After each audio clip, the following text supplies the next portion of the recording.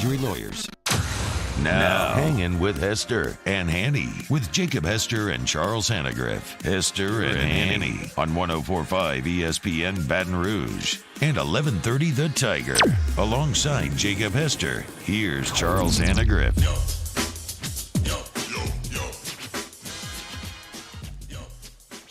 Hi, good afternoon, and welcome to Hangin with Hester and Hanny, 104.5 ESPN Baton Rouge. 1130 The Tiger up in Shreveport and on CST and YouTube.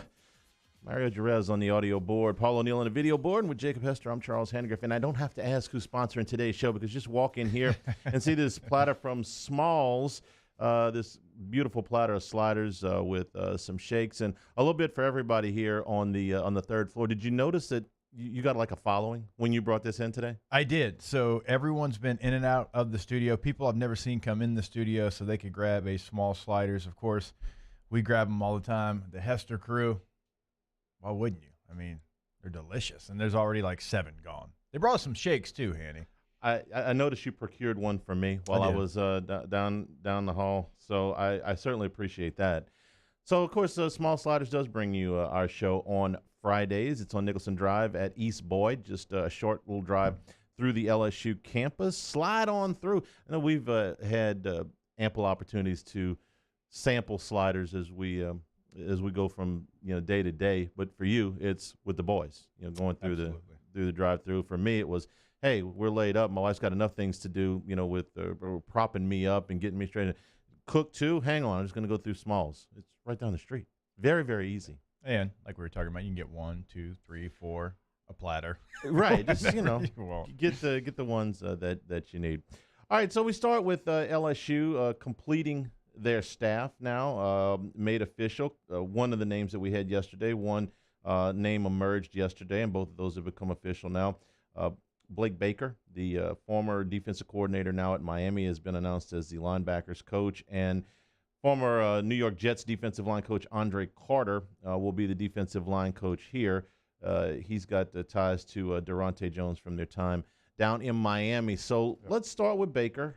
We talked a little bit about him yesterday, but it's certainly worth revisiting on the day that he officially gets hired. I'm going to lean on you a little bit here because it's 318 guy. He spent some time up at Louisiana Tech, and he played at Tulane, but was more recently a defensive coach up at La Tech. So your thoughts about him and what he brings to the table here as a linebackers coach? Well, a lot of Louisiana ties is the first thing that pops off. You mentioned Tulane, was a coach at Louisiana Tech, actually married to a former LSU soccer player, right? Yeah. So he's got some familiarity there with. I forgot her maiden name. Rosalind Jones. Yeah, yes. That's right. Actually, one of the better soccer players in LSU history. Yeah, really good soccer player. So about your age, right? She played at the same time. Yeah, finished I think a year after I did. So kind of knows the lay of the land and knows LSU and knows what it takes to be a really good coach here and what the expectation level is going to be. He's called plays at a high level. He did it at Louisiana Tech with success. He did it there at Miami. And when you look at it, they were dominant in 2019 at Miami. This was a really good defense, a top 15 defense, middle of the pack in 2020. And you could look at that and you could say, wait a minute, why did they regress? You could also look at that and you could say, okay, you added Notre Dame to the conference. You had some other things. The conference didn't look the same, whatever it might be. You can kind of spin that any way that you want to, but there is a dominant season in 2019 on his resume. When you look at his time at Louisiana Tech, I think we all remember the job that he did there. In 2018, they were 4th in the nation in sacks, 12th in tackles for loss, and 33rd in turnovers gained.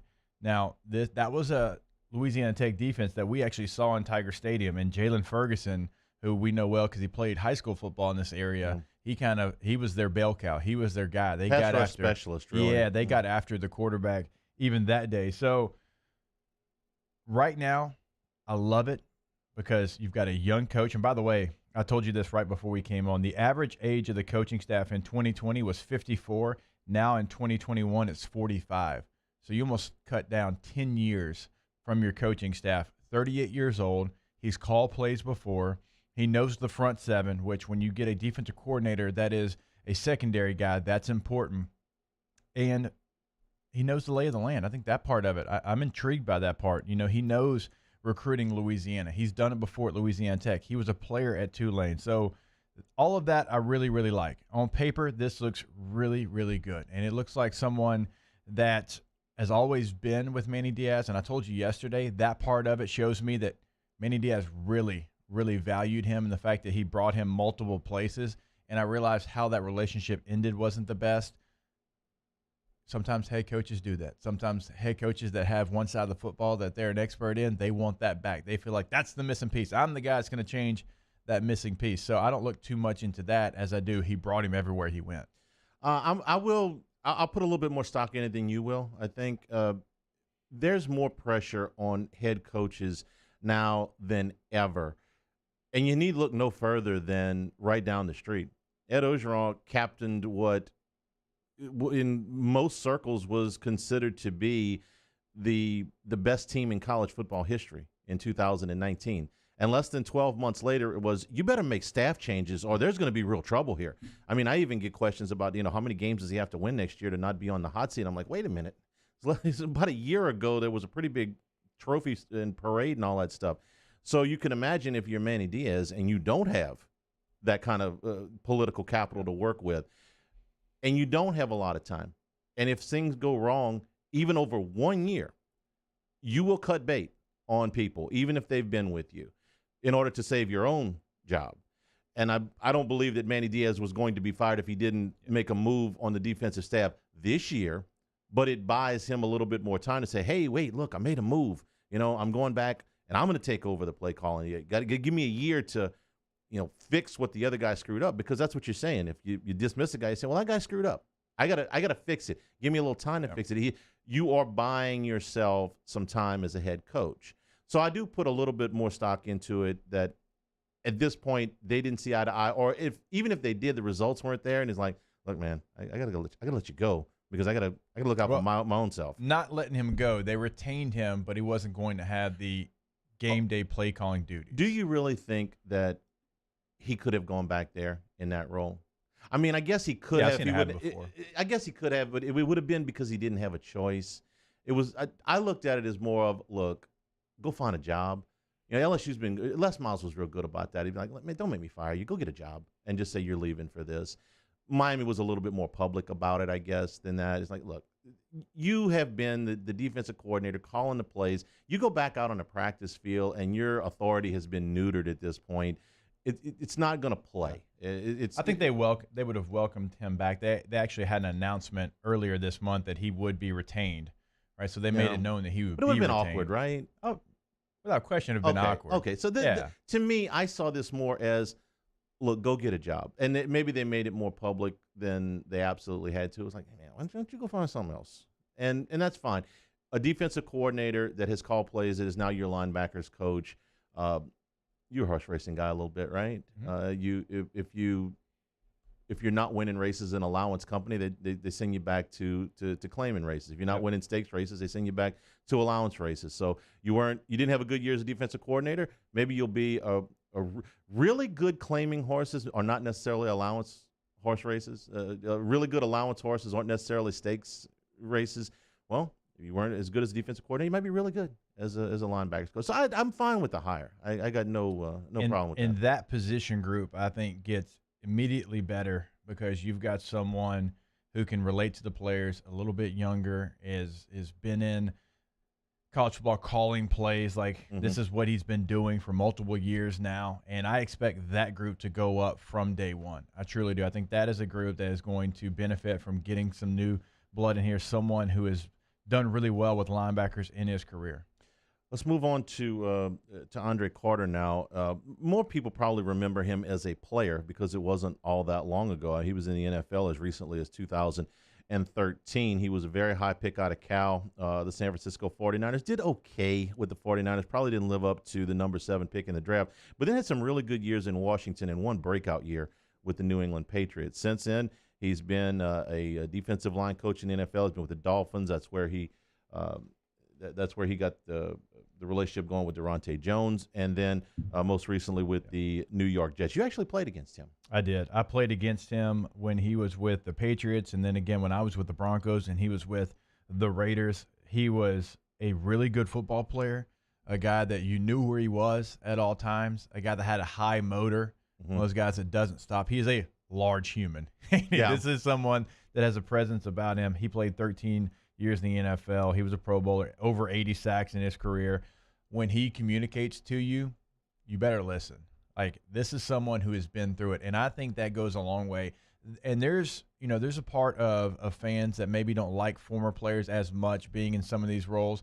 I love it because he can say, when I was with the Patriots, when I was playing with Tom Brady, when I was doing that. You want to get to the NFL, I know what it takes to get to the NFL. Exactly, and players hear that, and they know that. They respect it. And that's nothing against Bill Johnson, the former defensive line coach, but when this guy's saying something, you know he just went through that experience. He was where you're trying to get. He's been on a Pro Bowl roster before. And, again, just playing against him, knowing the kind of player that he was, this is a big deal for LSU to be able to go get someone like this, only 41 years old, not that far removed from playing. And you look at his resume already in the coaching world, right? He retires in 2013. He already, got into coaching a little bit later, 3 years later, I believe it was, and moved up from assistant defensive line coach right to the defensive line coach in a quick period of time. And just because you're a former player, like, that doesn't just get you a job. It really doesn't. Like, sometimes coaches will say, oh, he's a former player. Does he really want to do the grind of coaching? Or is he expecting anything because he's a former player?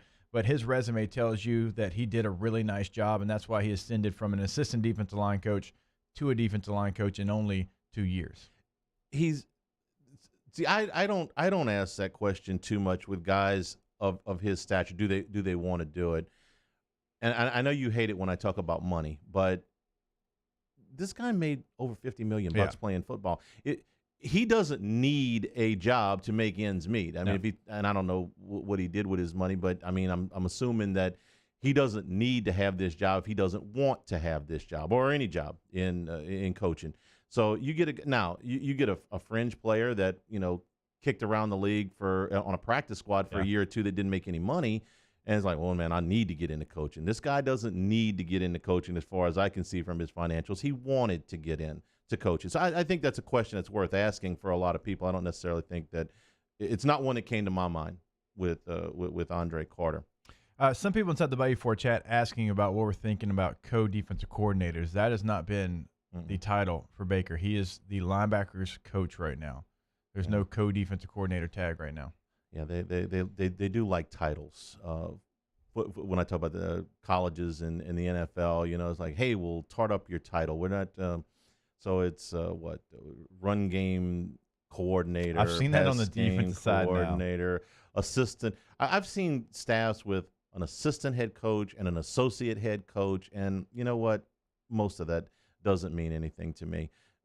I don't know that it means a whole lot in their job description, what they actually do between the time they get to the office and the time they leave. I think they do the same things. That's my read, and it's an excuse to give them more money or an extension on their contract, or in the case of Ryan Nielsen, to keep him around, period. But I don't know that it changes their day-to-day coaching life a whole lot. Now, if it were a co-defensive coordinator, well, that's a different thing. Now you're talking about who's going to call the signals and what philosophy you're going to do. That's not the case here. I want to talk more about the composition of this defensive staff when we come back. We are brought to you by Smalls Sliders. Again, slide on through Nicholson at East Boyd, just right off the LSU campus for delicious sliders, fries, and shakes. Hanging with Hester and Hanny, 104.5 ESPN Baton Rouge. Hanging with Hester and Hanny. GoTro's Outdoor Power, as we about to turn the page on the calendar. We're going to be in February next week, so it won't be terribly long before you're getting into that big property improvements and property maintenance that you're able to let slide a little bit maybe during the winter, but before you know it, spring will be here. So get the absolute best equipment where you can get the best price and the best service after the sale at GoTro's Outdoor Power. Whether it's your mowers, whether it's your blowers, your edgers, your trimmers, all of your chainsaws, all of your pole saws, and your generators, and a whole lot more. 2 locations of GoTro's Outdoor Power. Baton Rouge Airline at Industriaplex, Gonzales Airline at 74. Walk in, the showroom's going to be so impressive. You're going to see something that you love as soon as you walk into the door. We also give you the website every day because there's free delivery across the state of Louisiana. GoTro'sOutdoorPower.com. Once you get to the site, they've got all the new equipment that they have available. They've got sales promotions there. All of that's right there at GoTro'sOutdoorPower.com. That's GoTro's. We make it easy. Our listeners fire off their opinions on the jimsfirearms.net hotline at 499-1045. Keep listening for your next chance to shoot us your thoughts with the jimsfirearms.net hotline on 1045 ESPN Baton Rouge.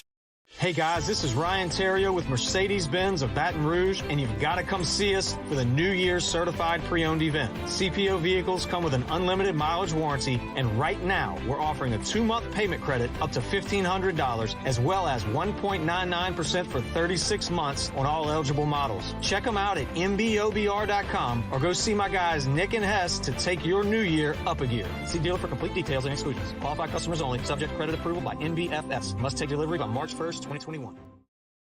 Meet football legend Tom Flores, a.k.a. the Iceman, a.k.a. the first Latino quarterback and head coach ever, a.k.a. why isn't he in the hall yet? Well, Coors Light is going to do something about it. I'll drink to that.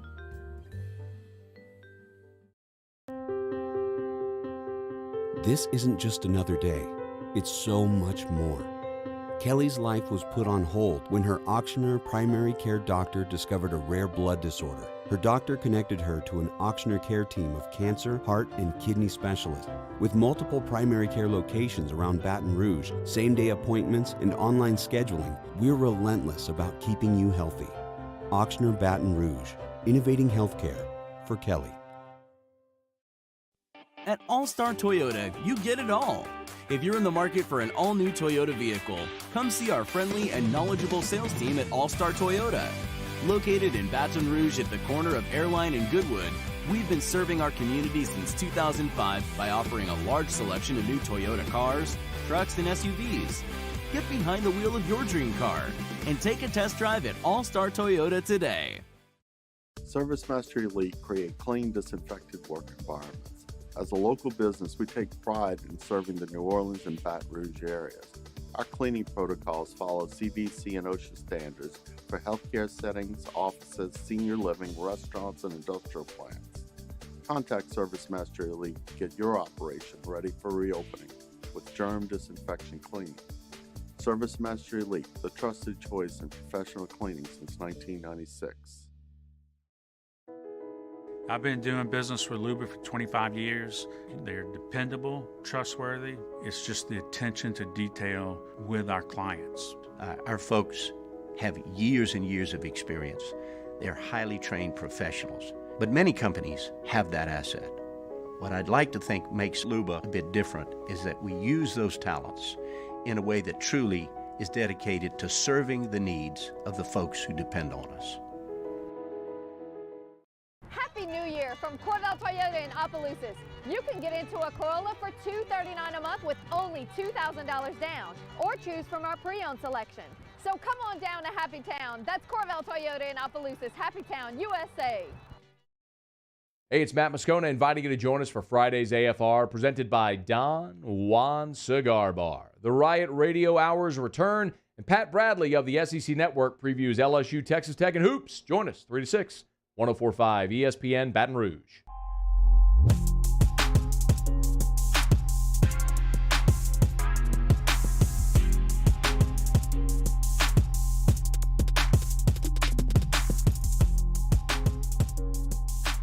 Hangin with Hester and Hanny on 104.5 ESPN Baton Rouge and 1130 The Tiger.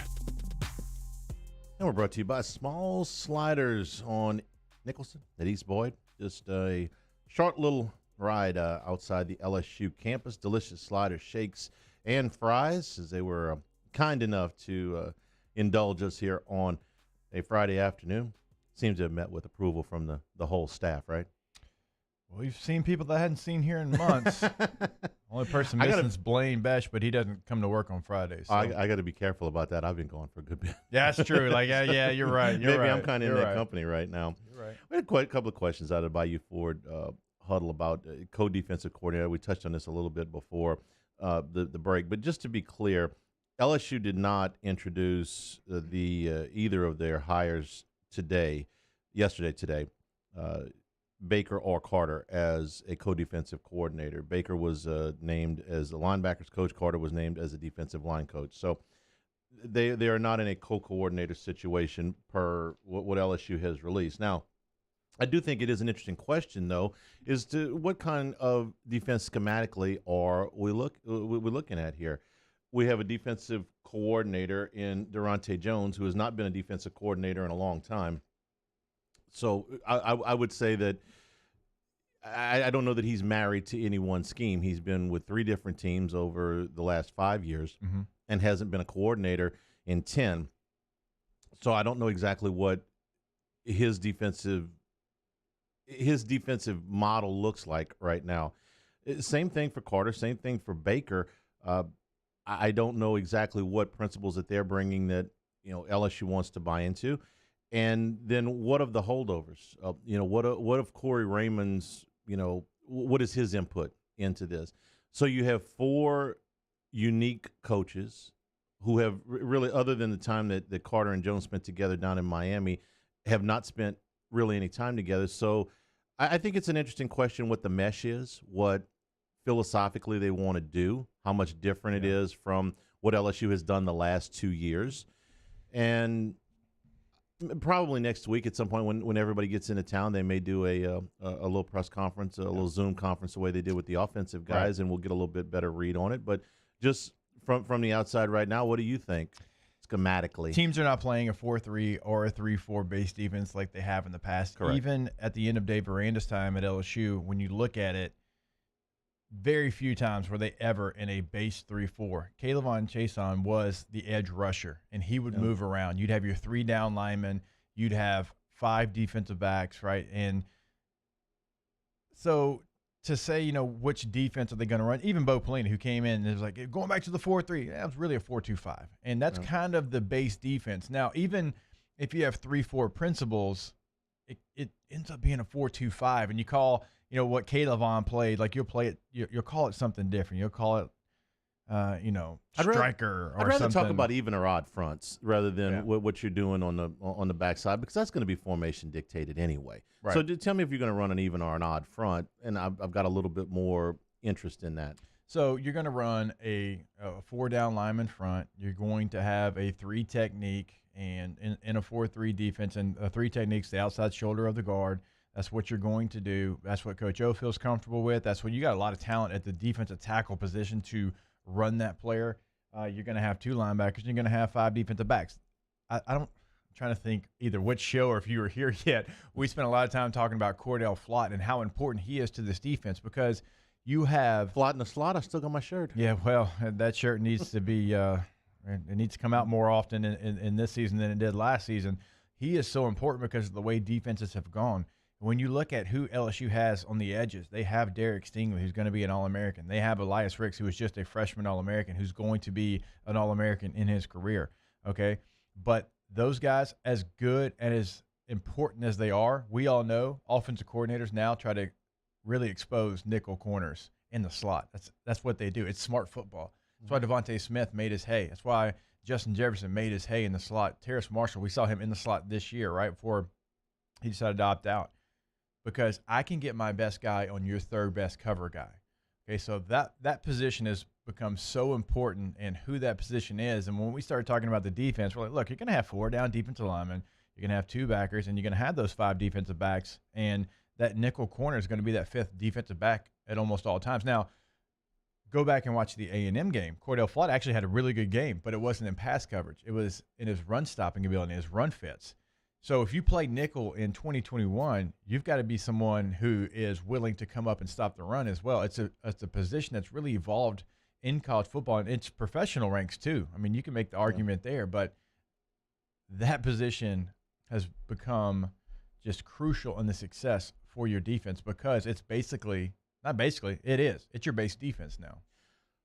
How many players, or you can single some out if you want, or just you can talk in more general terms, were much better players at the end of last year than they were at the beginning?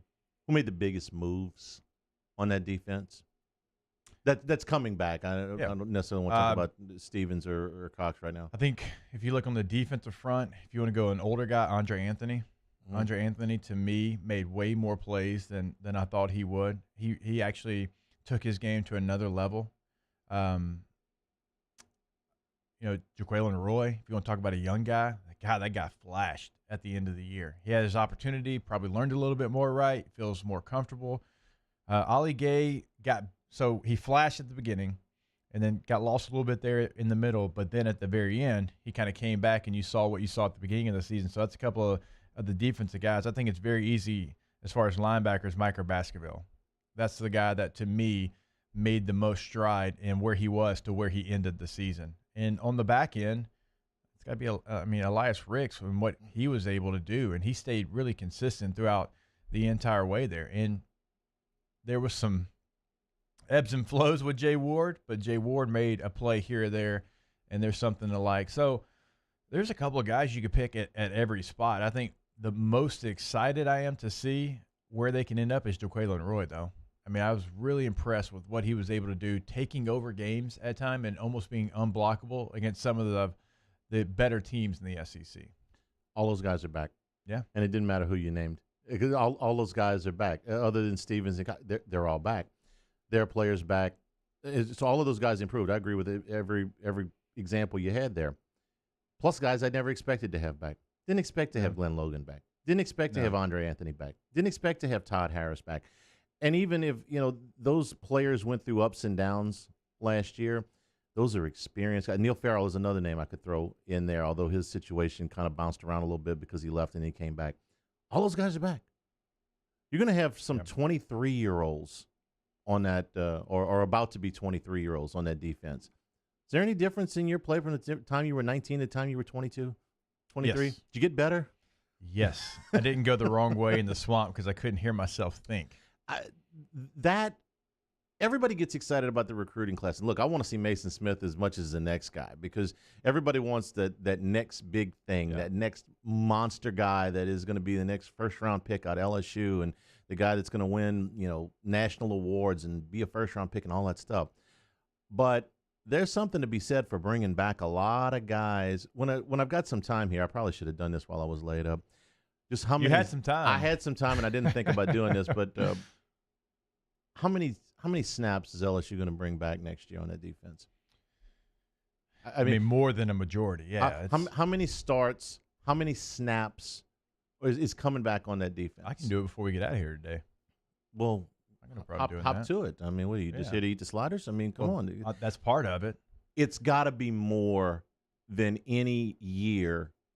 And I understand that the COVID thing sort of puts an asterisk on it because of the eligibility, requirements being eased.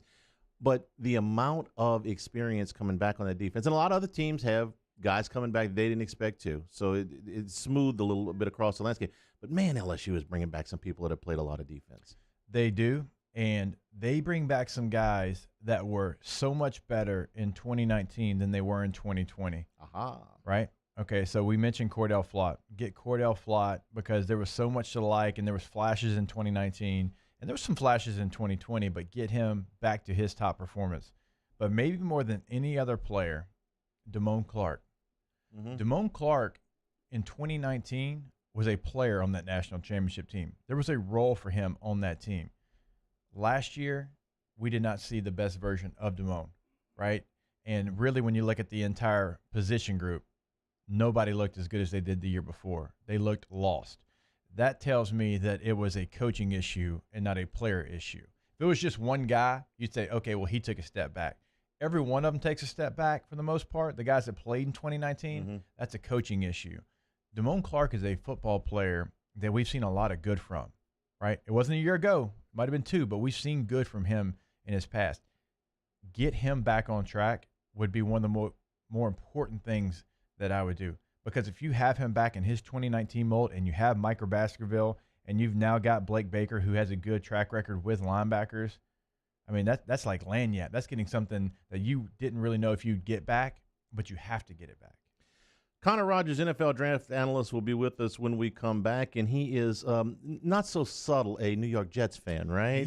Yes, he covers all the NFL teams, obviously, there for the Bleacher Report, but he's got a pretty big interest in the New York Jets. He may have an opinion or two on Andre Carter. I think he will. We will do that when we come back. Hanging with Hester and Hanny, 104.5 ESPN Baton Rouge. Hanging with Hester and Hanny. GMFS Mortgage, GMFSmortgage.com. As we get into 2021, get ourselves a little bit comfortable. I want to tell you that rates right now could not possibly be in any better of a spot for you to be able to take advantage of those for new home purchases, for refinance, for construction loans. GMFS Mortgage can indeed change your life, change your monthly budget. But they've also created the Go Local initiative to support local businesses, making our communities feel like home. So GMFS is giving away $10,000 in Visa gift cards to those who visit participating Go Local businesses and enter our drawing. So go to gmfsmortgage.com/Go Local. You know you better spell GO, GEAUX,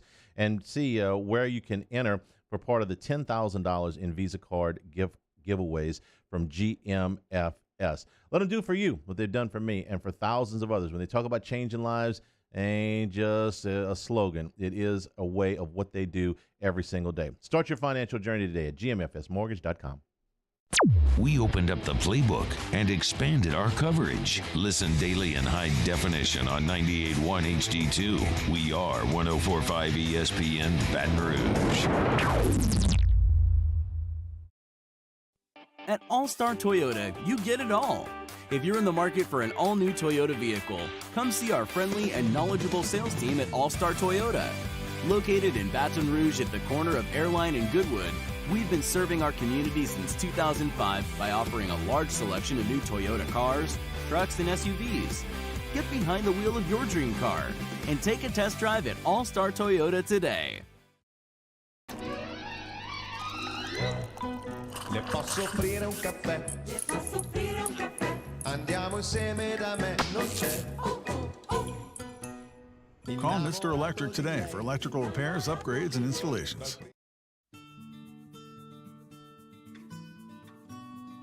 This is a house call. This is a follow-up appointment. This is a diabetes checkup. This isn't just more convenient care, it's more advanced care.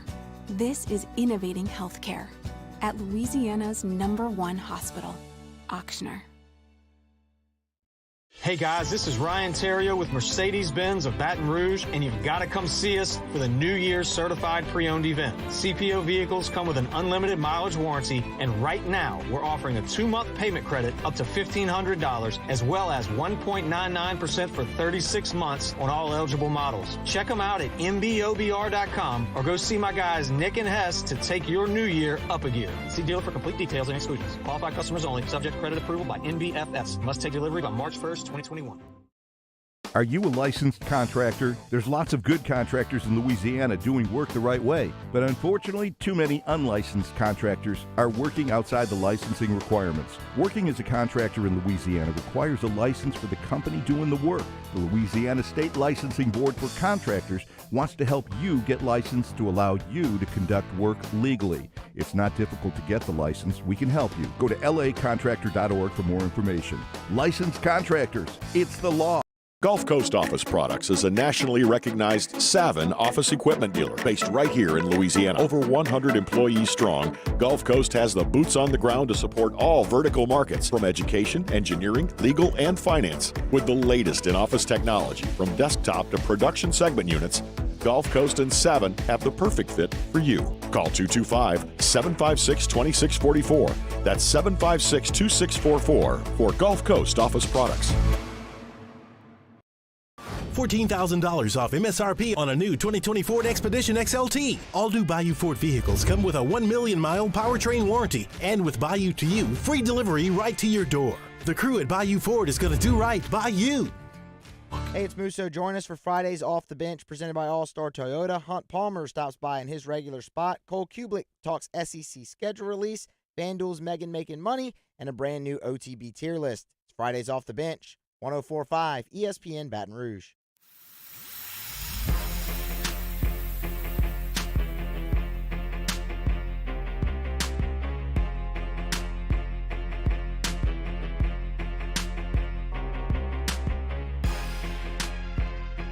Hangin with Hester and Hanny on 104.5 ESPN Baton Rouge and 1130 The Tiger. Now we're brought to you by Small Sliders. Slide on through for delicious sliders, fries, and shakes. We can attest to that. They delivered today for us. So slide on through right off the LSU campus and treat yourself this afternoon or this weekend to Smalls Sliders. Again, just right off the LSU campus. Connor Rogers, NFL Draft Analyst, joins us now. Connor, good afternoon. How are you? What's going on, man? How we doing? Knowing you as a notoriously rabid Jets fan, and today the LSU Tigers officially making defensive line coach Andre Carter a hire today. Carter with the Jets last couple of seasons. What and I know you remember him as a player, obviously. What are your thoughts on Andre Carter as a collegiate defensive line coach? Well, I think you could already see some production, right? When you look at what the Jets have been able to do, they've had their own problems, but across the defensive line, they've been able to develop some young talent, right? You look at it from nose tackle, and these are not all first-round picks. Everybody knows Quinnen Williams, but you're looking at, Foley Fatukasi, a sixth-round pick formerly out of UConn that has turned into one of the better interior run-stuffing nose tackles actually in all of football quietly so far as a rotational player. John Franklin Myers, the guy that got off the waiver wire. Nathan Shepard was a third-round pick. They've gotten production out of those spots. So I think when you look at guys coaching along those lines, I think that's what jumps out the most is what are you getting? You know this, obviously, Hester. You can get a lot out of guys that are the most talented guy on the field. But what can you get out of those guys that have to work a little bit more for it, need a little bit more being coached up? So I think that's something that stands out and is really exciting. I know that you're pretty excited as well, Connor, that Adam Gase is no longer the head coach of the New York Jets, and now you kind of get to hit reset and start over there.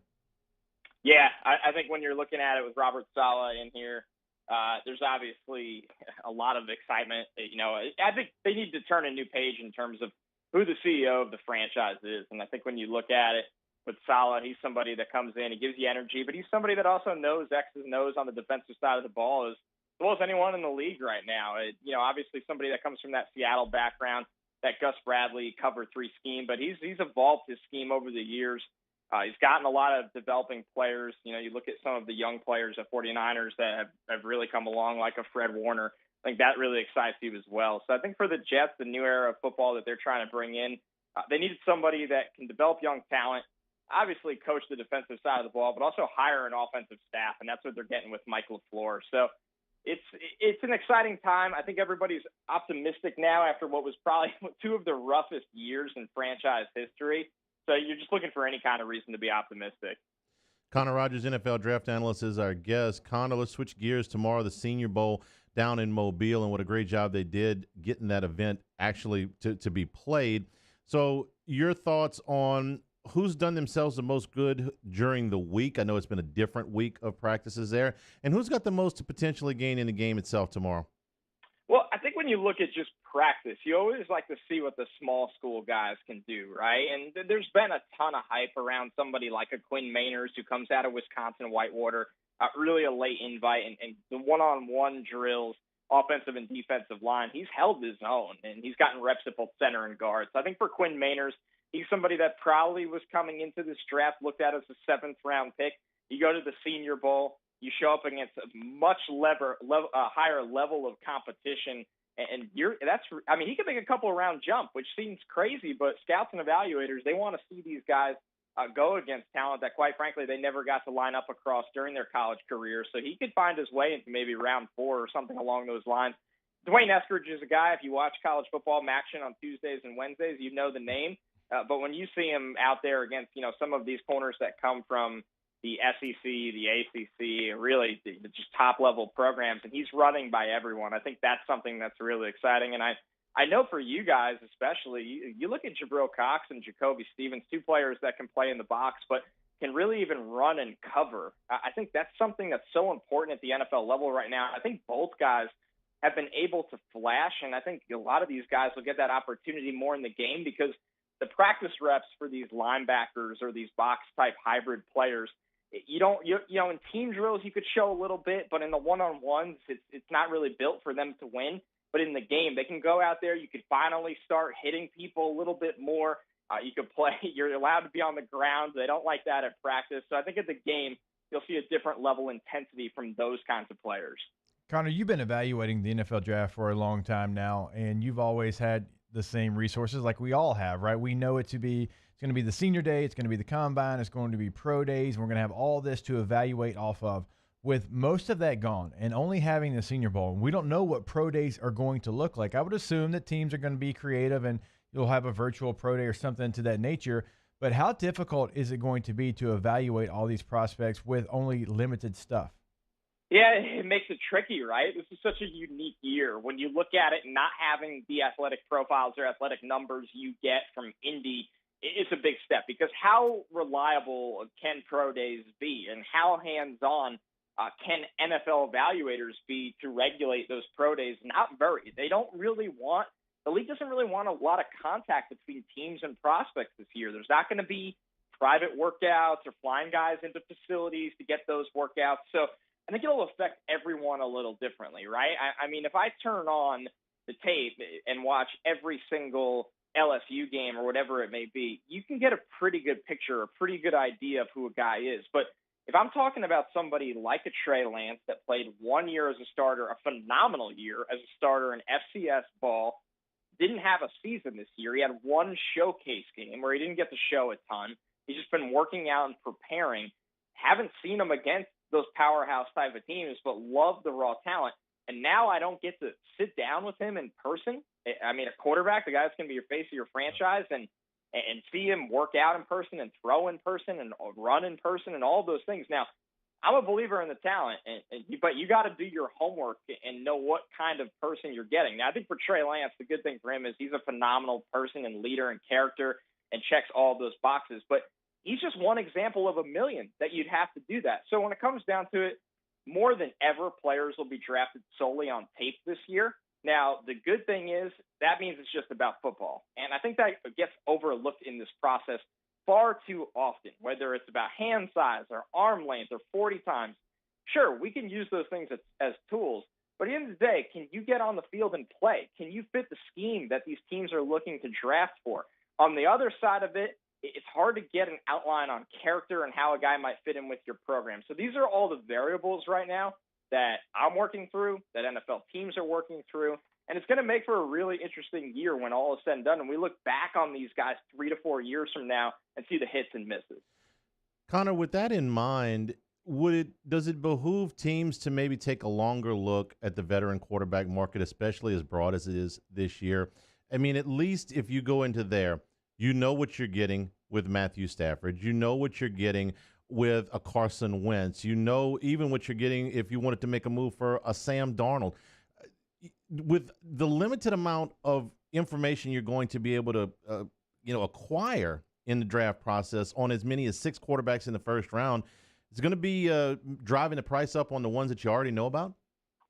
Yeah, I think so. I think it's a really good question, because also the veteran quarterbacks available are in a pretty high volume right now. Like the fact that a guy like Matthew Stafford, who might not get the credit he deserves because of how much or lack of success Detroit has had as a franchise, he's a phenomenal player, and he's going to make a big difference for a team like a San Francisco or whoever it may be, where those teams might sit there and evaluate things and go, or the Chicago Bears, they might sit there and go, hey, we're picking in the middle of round 1. The guy we like might go number 2 to the New York Jets, or might trade with a team like Miami at number 3, or might go to Atlanta at 4. So we got to pay a premium to jump up whatever it may be, 15 spots. We know we got to give up our number 1 pick. We might have to give up next year's number 1 pick and a couple of mid-round picks or something along those lines when we're still throwing a dart. We're still betting on a wild card. I love Zach Wilson and Justin Fields and Trey Lance, who are going to go after Trevor Lawrence. But they're still prospects. They still have holes in their game. Matthew Stafford is a guy that you can win with right now. So I do think it's going to increase the market price on guys like Stafford, even a guy like Sam Darnold, who has not had success yet, but teams know what he is, where the Jets have failed him as a player, where the coaching points are, what scheme he fits. Adam Gase's scheme was not built for him. And teams might say, hey, we'll go give a number 1 for Stafford. We'll give a 2 and a 4 for Sam Darnold. We'll pay that price because there's too much volatility in the draft this year.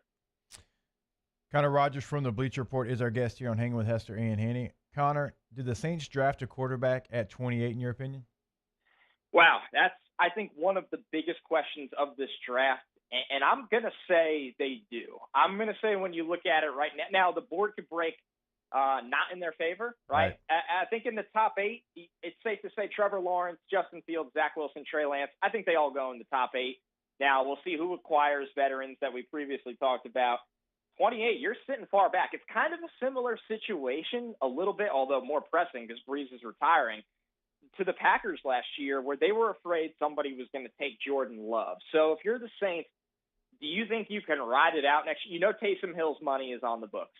You know there's been verbal interest in bringing back Jameis Winston. We'll see where that goes because they are really up against the wall with cap space and are going to have to get creative. But I think if they like a guy like Mac Jones or Kyle Trask, they feel like he could go into their system where you got one of, if not the best offensive line in football. You got one of the best overall playmakers in football in Alvin Kamara. I think you're going to see a different Michael Thomas next year. This was a really different year. A lot of things didn't go right for him. And Sean Payton is still one of the best offensive coaches in football. I know Mac Jones and Kyle Trask, they have limitations. We can watch that on film and see that. But they're guys in the right structure, in the right system, and playing within that structure can make all the throws, do the things you ask of them, where for the Saints, it's not this way for every team, but for the Saints, I think it's worth it to them to take one of those guys. Con, appreciate your time. Enjoy the weekend, and we'll catch up with you, I'm sure, multiple times here as we get into draft season. Absolutely. We certainly will. Thanks for having me. I appreciate it. Thanks, Connor. Connor Rogers from Bleacher Report. We'll take a break when we get into our first class, second class, no class today. Plus, we're going to get into the Big 12 SEC challenge tomorrow. A lot of good basketball coming your way tomorrow. A lot of intriguing basketball. Though we have lost Texas and Kentucky. That game has been postponed, but we'll have the rest. We'll talk about that in hour number 2. Hanging with Hester and Hanny, brought to you by Small Sliders, 104.5 ESPN Baton Rouge. Hanging with Hester and Hanny. Our friends out at Tiger Air have done their absolute best when it comes to comfort, when it comes to saving you money, when it comes to peace of mind with their multiple time maintenance visits to your house to make sure that your units are running properly. You know, when I first started dealing with the folks at Tiger Air, the getting to know you process and the way they walked me through step by step what installing the units in my home like the American Standard would do for me, not only from a convenience standpoint, but from a point of savings as well. When you get into their programs, you get the same thing, that outstanding customer service from Tiger Air. You do, and if you have any questions about the Comfort Assurance Protection Plan, you can find it at tiger-air.com, or you can always give them a call at 225-754-8687. We tell you about the plan all the time because it really is going to save you money, a lot of value there. And one of the things I always see with Tiger Air is just their customers. They've been with them for so many years. You can find the testimonials on the website as well. That's tiger-air.com, 225-754-8687. Tune in Sunday, February the 7th for live play-by-play of Super Bowl 55 when the Tampa Bay Buccaneers face the defending champion Kansas City Chiefs. Coverage starts at 1 and kickoff is at 5:30. Your home for the NFL and Super Bowl 55 is 104.5 ESPN Bet. This isn't just another day. It's so much more. Kelly's life was put on hold when her auctioneer primary care doctor discovered a rare blood disorder. Her doctor connected her to an auctioneer care team of cancer, heart, and kidney specialists. With multiple primary care locations around Baton Rouge, same-day appointments, and online scheduling, we're relentless about keeping you healthy. Auctioneer Baton Rouge, innovating healthcare for Kelly. At All-Star Toyota, you get it all. If you're in the market for an all-new Toyota vehicle, come see our friendly and knowledgeable sales team at All-Star Toyota. Located in Baton Rouge at the corner of Airline and Goodwood, we've been serving our community since 2005 by offering a large selection of new Toyota cars, trucks, and SUVs. Get behind the wheel of your dream car and take a test drive at All-Star Toyota today. ServiceMaster Elite create clean, disinfected work environments. As a local business, we take pride in serving the New Orleans and Baton Rouge areas. Our cleaning protocols follow CDC and OSHA standards for healthcare settings, offices, senior living, restaurants, and industrial plants. Contact ServiceMaster Elite to get your operation ready for reopening with germ disinfection cleaning. Service Master Elite, the trusted choice in professional cleaning since 1996. I've been doing business with Luba for 25 years. They're dependable, trustworthy. It's just the attention to detail with our clients. Our folks have years and years of experience. They're highly trained professionals. But many companies have that asset. What I'd like to think makes Luba a bit different is that we use those talents in a way that truly is dedicated to serving the needs of the folks who depend on us. Hey guys, this is Ryan Terrio with Mercedes-Benz of Baton Rouge, and you've got to come see us for the New Year's Certified Pre-Owned event. CPO vehicles come with an unlimited mileage warranty, and right now we're offering a 2-month payment credit up to $1,500, as well as 1.99% for 36 months on all eligible models. Check them out at mbobr.com or go see my guys Nick and Hess to take your new year up a gear. See dealer for complete details and exclusions. Qualified customers only. Subject to credit approval by NBFS. Must take delivery by March 1st, 2021. Are you a licensed contractor? There's lots of good contractors in Louisiana doing work the right way, but unfortunately, too many unlicensed contractors are working outside the licensing requirements. Working as a contractor in Louisiana requires a license for the company doing the work. The Louisiana State Licensing Board for Contractors wants to help you get licensed to allow you to conduct work legally. It's not difficult to get the license. We can help you. Go to lacontractor.org for more information. Licensed contractors, it's the law. Hey, it's Matt Moscona inviting you to join us for Friday's AFR, presented by Don Juan Cigar Bar. The Riot Radio Hours return, and Pat Bradley of the SEC Network previews LSU, Texas Tech, and hoops. Join us 3 to 6, 104.5 ESPN Baton Rouge.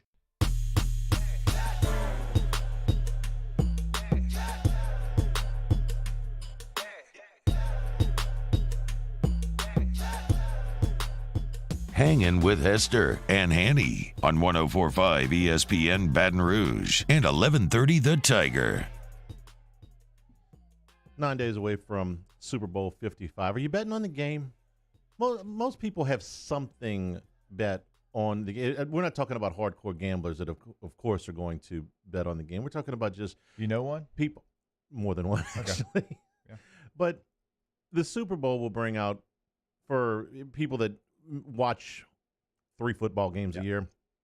They're just even going to a people party. that have never seen a game will do the squares. Yeah, you'll and that counts as a bet. You're doing an office pool. You're doing a party pool or whatever. Right. Yes, there's might be wager there. Well, somebody who is of none of that ilk, who is a very serious gambler, walked into the MGM last night and bet $2.3 million on Tampa plus 3.5. Woo! I can't. That's a lot of cheddar. There's never been a bet in the history of bets that I felt good enough to put like life-changing money. Now that could be different amount for every person that places a bet. And if you bet in $2.3 million, I'm guessing that you're not looking for your next rent payment, No. in your checking account. But if you are, there's a number you can call. well, what do you get $2.3 million to put it down? Here's the interesting part of that, because we see this every year. There's multiple big bets, 6 or even 7-figure bets that come in on the Super Bowl. The mattress guy for the Astros. Sure. What was interesting about this to me is that the MGM was so anxious to take the bet. This was their vice president of trading, Jason Scott, said, we were very, very happy to receive this bet because we have written multiple 6-figure bets all on Kansas City. Yeah. And 75% of the money that has come in so far. Now, this is everything from casual bets to these big 6 figures. 74% actually is through Caesars and William Hill. These are the biggest Super Bowl bets that they've gotten, or in the 6-figure range, and they're getting 74%. So roughly 3/4 of the money so far has been on the Chiefs, and some of this is money line action. You know what the Chiefs' record is in the last 26 games Patrick Mahomes has started? He started? One loss record. He's lost one game. Yeah, he's 25-1 to the Raiders at home this year. Raiders at home this year, 25-1. So but don't try to take that Chargers victory away from me in Week 17. I didn't. I just said the loss doesn't go on. The loss doesn't go on Patrick Mahomes. And so if you're talking about the money line bets to just have the Chiefs to win, well, then you're talking about 165 is what it's sitting right now. Chiefs minus 165. So the biggest money line bet that they've taken is 95 grand, which would pay you a net out of 57 and change. Just giving you a few little pointers here from what's going on in the thing. So for me, because I'm not like as big as some other people into betting every single game, like the Super Bowl is a tough one for me. I'd like to go more props or fun bets because there's a reason both these teams are in the Super Bowl, and I don't ever feel genuinely like one way or the other on another team. It's like, man, there's a reason the Bucs are there. There's a reason the Chiefs are there. So I'm more of a prop better in a Super Bowl, and I know Playboy Marty is going to join us later. He is like the king of props. I'm sure he'll have like 7. And the cross sports props are fun, although it's a pretty light NBA schedule this year. No Lakers, no Nets. I think the Wizards are playing, so you may want to play them against Bradley Beal or something like that. But poor Bradley Beal. $2.3 million. Go Bucks. All right. SEC Big 12. When we come back, Mark Wise is calling games tomorrow for the SEC Big 12 Challenge. That's next. Hanging with Hester and Hanny. 104.5 ESPN Baton Rouge.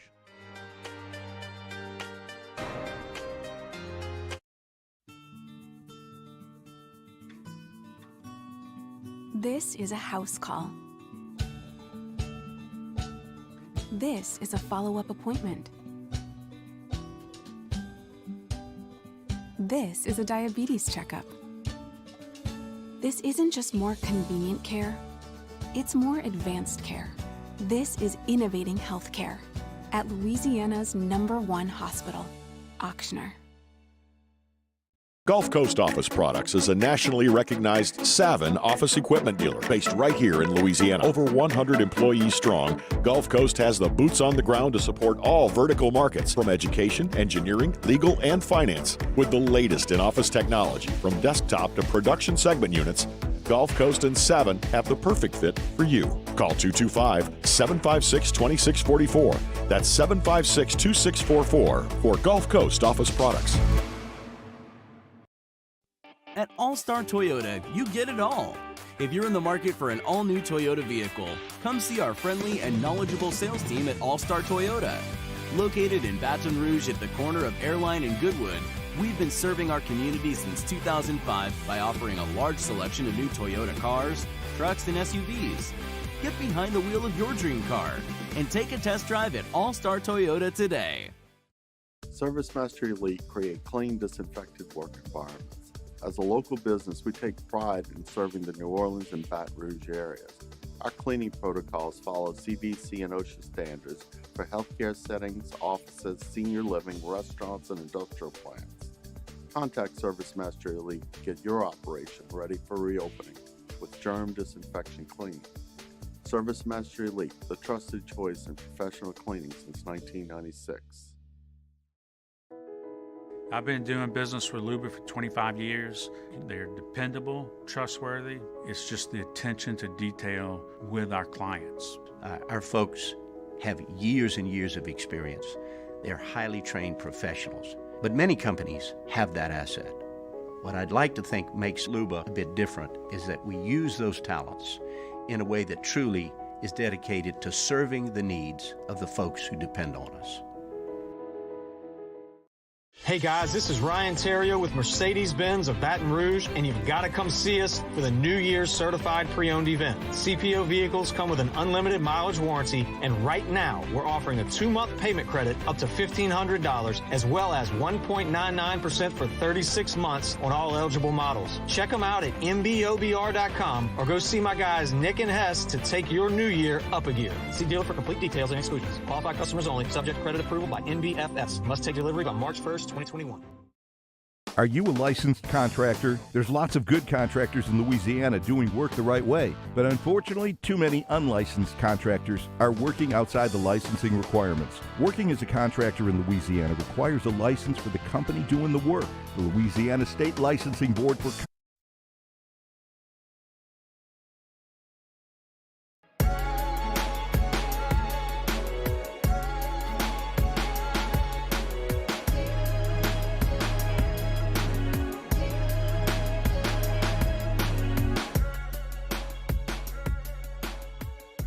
Hangin with Hester and Hanny on 104.5 ESPN Baton Rouge and 1130 The Tiger. Hour number 2, Hanging with Hester and Hanny, 104.5 ESPN Baton Rouge. Thank you for making us a part of your Friday afternoon. Mario on the audio board, Paul on the video board, and with Jacob Hester, I'm Charles Hanagriff. Tomorrow, one of my favorite days of the college basketball year. It's not the first 2 days of the NCAA tournament, but for the regular season, it's as close as we get. The Big 12 SEC Challenge is tomorrow, and you can start watching college basketball tomorrow at 11 a.m. And, well, I guess we got cut short a little bit with the cancellation of the Texas-Kentucky game, but you can get well into the nighttime hours still watching good hoops. Mark Wise from ESPN will be calling one of those games tomorrow. He's got TCU against number 12 Missouri, but we're going to talk about all of the games. Mark, good afternoon. How are you? I'm doing good, fellas. You know, it was 37 degrees here this morning in Florida, and you know what that means? That means it's hoops weather. That means Chris Doering actually had to put on a shirt and not a tank top. That's exactly right. Mark, we've got so many intriguing matchups tomorrow, and they go all the way from matchups that have our team's going to get into the NCAA tournament. These are big swing games for a lot of teams, LSU included, to games that will determine national seeding like Alabama and Oklahoma. What's the most intriguing storyline that you see in tomorrow's games? Well, I think there's a couple. Sharif Cooper against anybody is intriguing right now, but the fact that he's going to play against maybe the best defensive backcourt or maybe even the best backcourt in the country in terms of Butler and Mitchell and Baylor. It'll be interesting. I've said this a couple of times now, so I hate to be so corny, but, you know, if you're an Auburn fan as it relates to Sharif Cooper, it is Cooper rules. But if you're an opponent of Auburn, you better come up with some Cooper rules to defend him.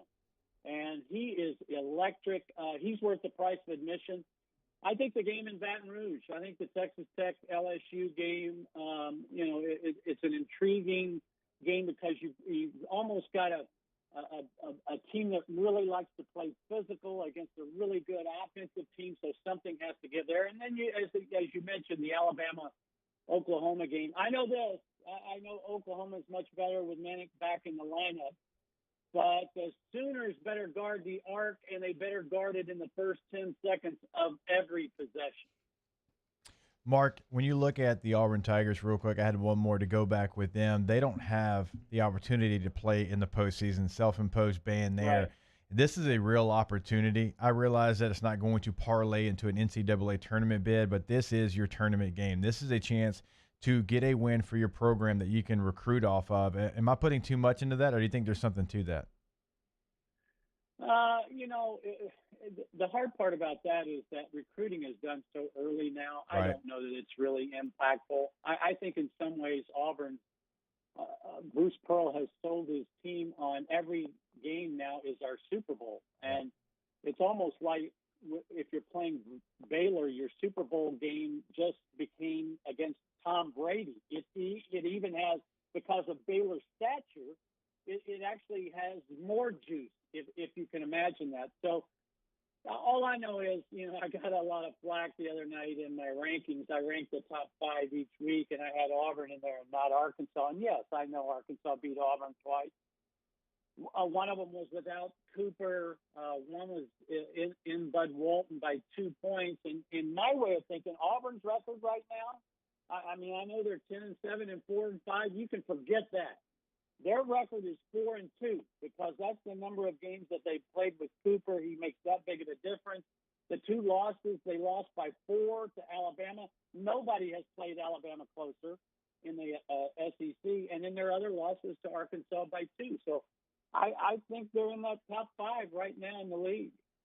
The game that you've got tomorrow, Missouri and TCU. Missouri, I'm not going to ding them too bad for losing at Auburn the other night. I know that Auburn's NET is not all that high, but it's because of all the games that they played without Sharif Cooper. So where would you have Missouri right now in terms of, I know they're ranked 12th, and they've got a very nice NET sheet. They've got 4 wins. 3 Quadrant 1 wins, which is a nice total at this point in the season. How good are they? Well, in terms of the postseason, they're only going to go as far as they can overcome their three-point shooting, and what I mean by that is their lack of it. In the league play, they don't take a lot of threes, they don't make a lot of threes, they don't make them at a high rate. In league play, they're shooting 29% from bonus land, and that won't get it done. But I did this, and I think you guys will find this interesting.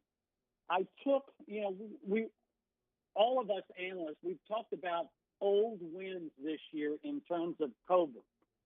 And so I tried to think, okay, let's put some proof in the pudding there. So I went and looked at Ken Palm's experience factor, and I took the power conferences, however how you want to define the power conferences. I threw in the Atlantic 10 and the Mountain West and the American to kind of make it complete. The 10 teams that are the oldest teams in the country in that group, of which Missouri is the second oldest, only Georgia Tech is older.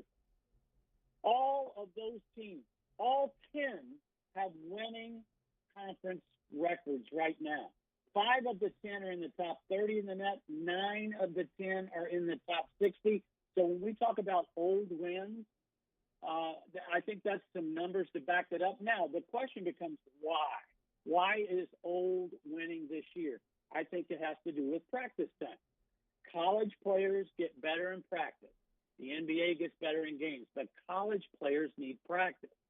Because of the COVID stops and starts and the missing practices and pauses and shutdowns and pop-up games and all the terms that we've come to kind of learn about during this COVID environment, less practice time. And when there's less practice time, guess what? The younger players don't get better in a hurry. Or when you look at this LSU team and you're talking about practice time and trying to get better, obviously defense has been an issue for them. Now they can score with almost anyone when they're on, but the defensive issues have gotten them to this point so far in this season. Is that something they can improve on? Is that something that's just who they are? Because as you're 15 games in, you kind of are who you are, aren't you? Yeah, I agree with that. I've said it this way. If you want to be an elite defensive team, you must have these 3 ingredients. Team speed. I would put LSU average, and that might be being generous. You've got to have great length, and again, I've got them they're long in some positions, but not in others. They don't have a 4 and 5 man with great length. And then you've got to have the ability to protect the rim. You've got to have the ability to block shots at different positions. And they're really not a very good shot blocking team. So, again, if you want to make pineapple upside down cake, it seems to me like it's pretty important to have pineapple. Well, the same thing is true defensively. If you don't have those 3 ingredients, it may not be realistic to think that you can play lockdown defense. What I do think they can improve upon is when they play their best moments defensively. And maybe we saw a little bit of that in the A&M game the other night, because remember this, A&M's really challenged to score, But LSU caught A&M on a night where J.J. Chandler made shots, where Savion Flagg made shots. And when A&M does that, they're going to score more points. So all that being said, LSU is not going to wow anybody nor beat anybody defensively, I don't think. Mark Wise is our guest, calling the game TCU and Missouri tomorrow as part of the Big 12 SEC Challenge. Mark, the game between Alabama and Oklahoma is 2 of the hotter teams in the country right now. Alabama's won 10 straight in the last 5 by a margin of 23, an average margin of 23 points. But Baylor's coming off back-to-back wins against Kansas and an excellent Texas team. They've won 4 straight. Is there an advantage to either team here? I think this is going to be a fabulous ball game. I know it's the leadoff game. I almost kind of wish it was the nightcap, but this is a great way to start the action tomorrow. Wouldn't it be nice if ESPN, the powers that be, flip that game now to the 8 o'clock game? Well, now that Texas and Kentucky's gone, Yeah, my game's at 2. I want to watch that game. Right. here's the concern if I'm Nate Oates. His front court is a little banged up. I know Bruner was out in some pregame warm-ups the other night, and they played the last couple of weeks without him. He could really help them in this game. And Oklahoma plays a lot of 4-out, which will help in terms of the matchup with Alabama. Rojas has been out, and then Reese got dinged up a little bit the other night. So that would be the biggest concern. But when you have a guy like Herb Jones, who offensively you can play him at all 5 positions, and he's not your shooting guard or your knockdown shooter, but he is shooting lights up from the arc this year. But when you have a guy like that who's so versatile, he can make up for a lot of injury issues. Now, I also know he's a little dinged up. So that, to me, that would be my biggest concern. Are we healthy enough, meaning Alabama, if I'm Nate Oates, are we healthy enough to go to Norman and get a win? Mark, I want to ask you this. This might be a tough one to answer, but who has to win in the Big 12 SEC Challenge more than any other team in it? Oh, Hester, that is a really great question. It might be Tennessee. I'll give you 2 teams for different reasons. Tennessee, because they have been on this slide offensively. They have got to fix some things on the offensive end. They're not making shots, and if you take Baskerville away from their 3-point shooting, that number even goes down further. It was interesting to know, if Pons and Fulkerson are on the floor at the same time, which they are a lot, I'm not sure you have to guard those guys out on the perimeter, which kind of mucks up everything. So, and I know Yves Pons has knocked down some threes, but he's not like he wouldn't scare you on the scouting report. So I think Tennessee's an important game. And then from a resume perspective, I think it's Arkansas. Arkansas, and I don't know if Cade Cunningham is playing or not. He's been out the last couple of games. But this represents a big-time quad 1 opportunity for Arkansas, and that's all that is missing from the Arkansas resume. They have 1 quad 1 win. They in some ways are having to overcome a very mediocre non-conference schedule.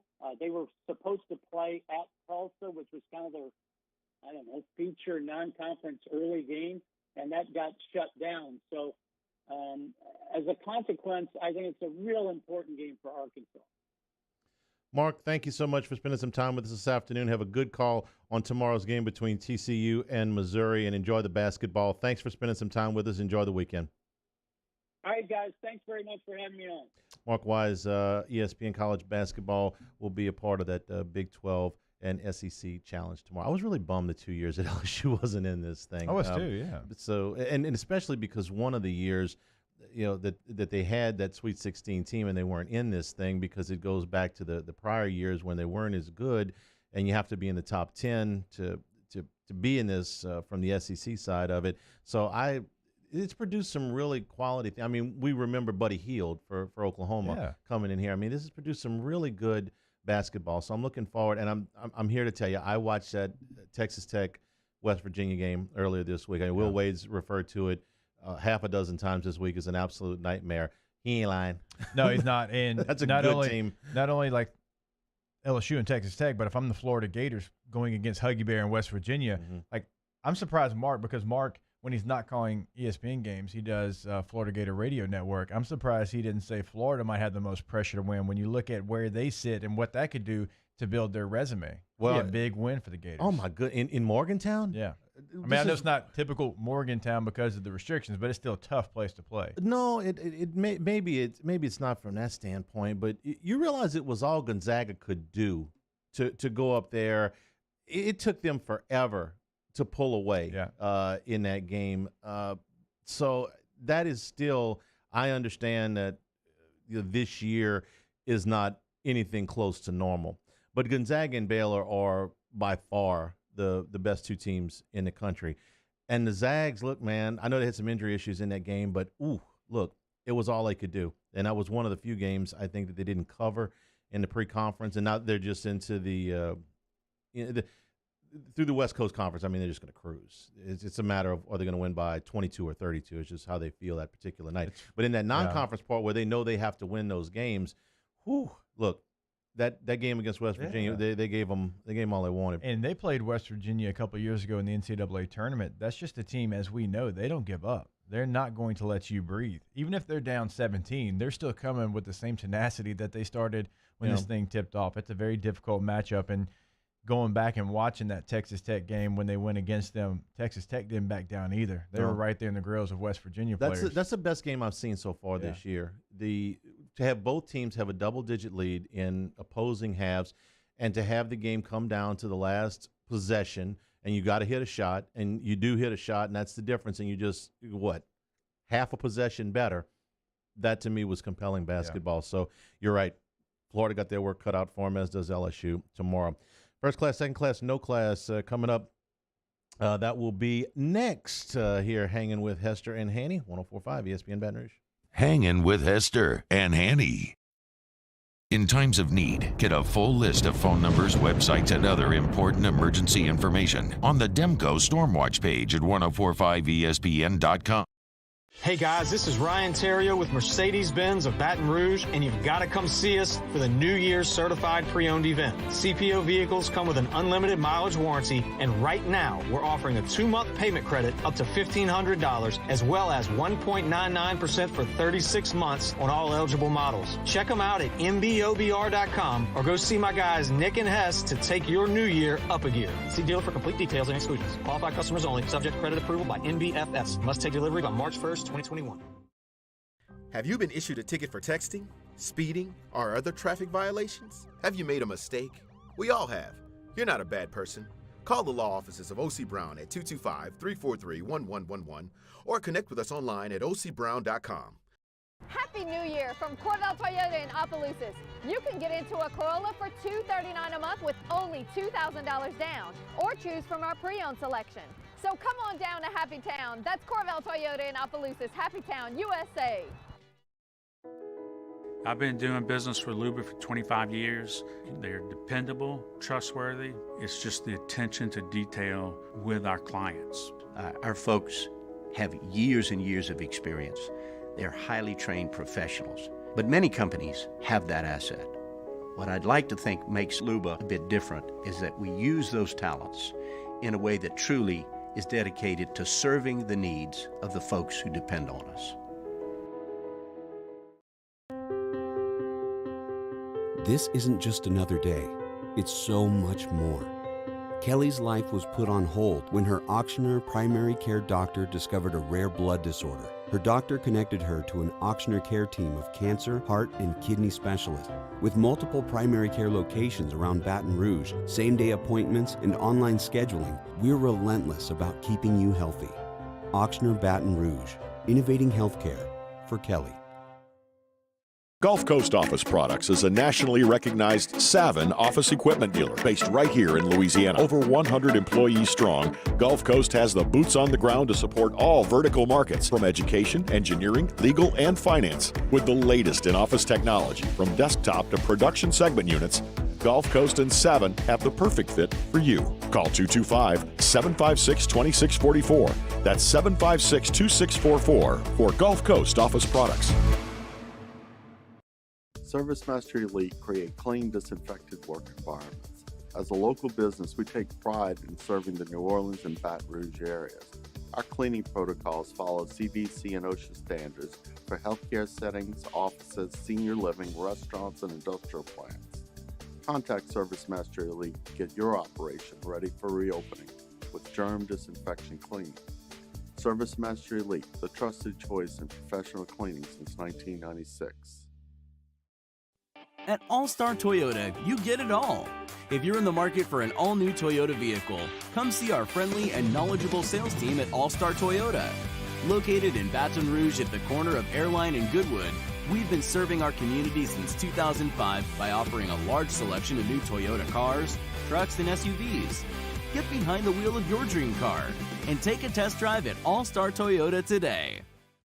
Are you a licensed contractor? There's lots of good contractors in Louisiana doing work the right way, but unfortunately, too many unlicensed contractors are working outside the licensing requirements. Working as a contractor in Louisiana requires a license for the company doing the work. The Louisiana State Licensing Board for Contractors wants to help you get licensed to allow you to conduct work legally. It's not difficult to get the license. We can help you. Go to lacontractor.org for more information.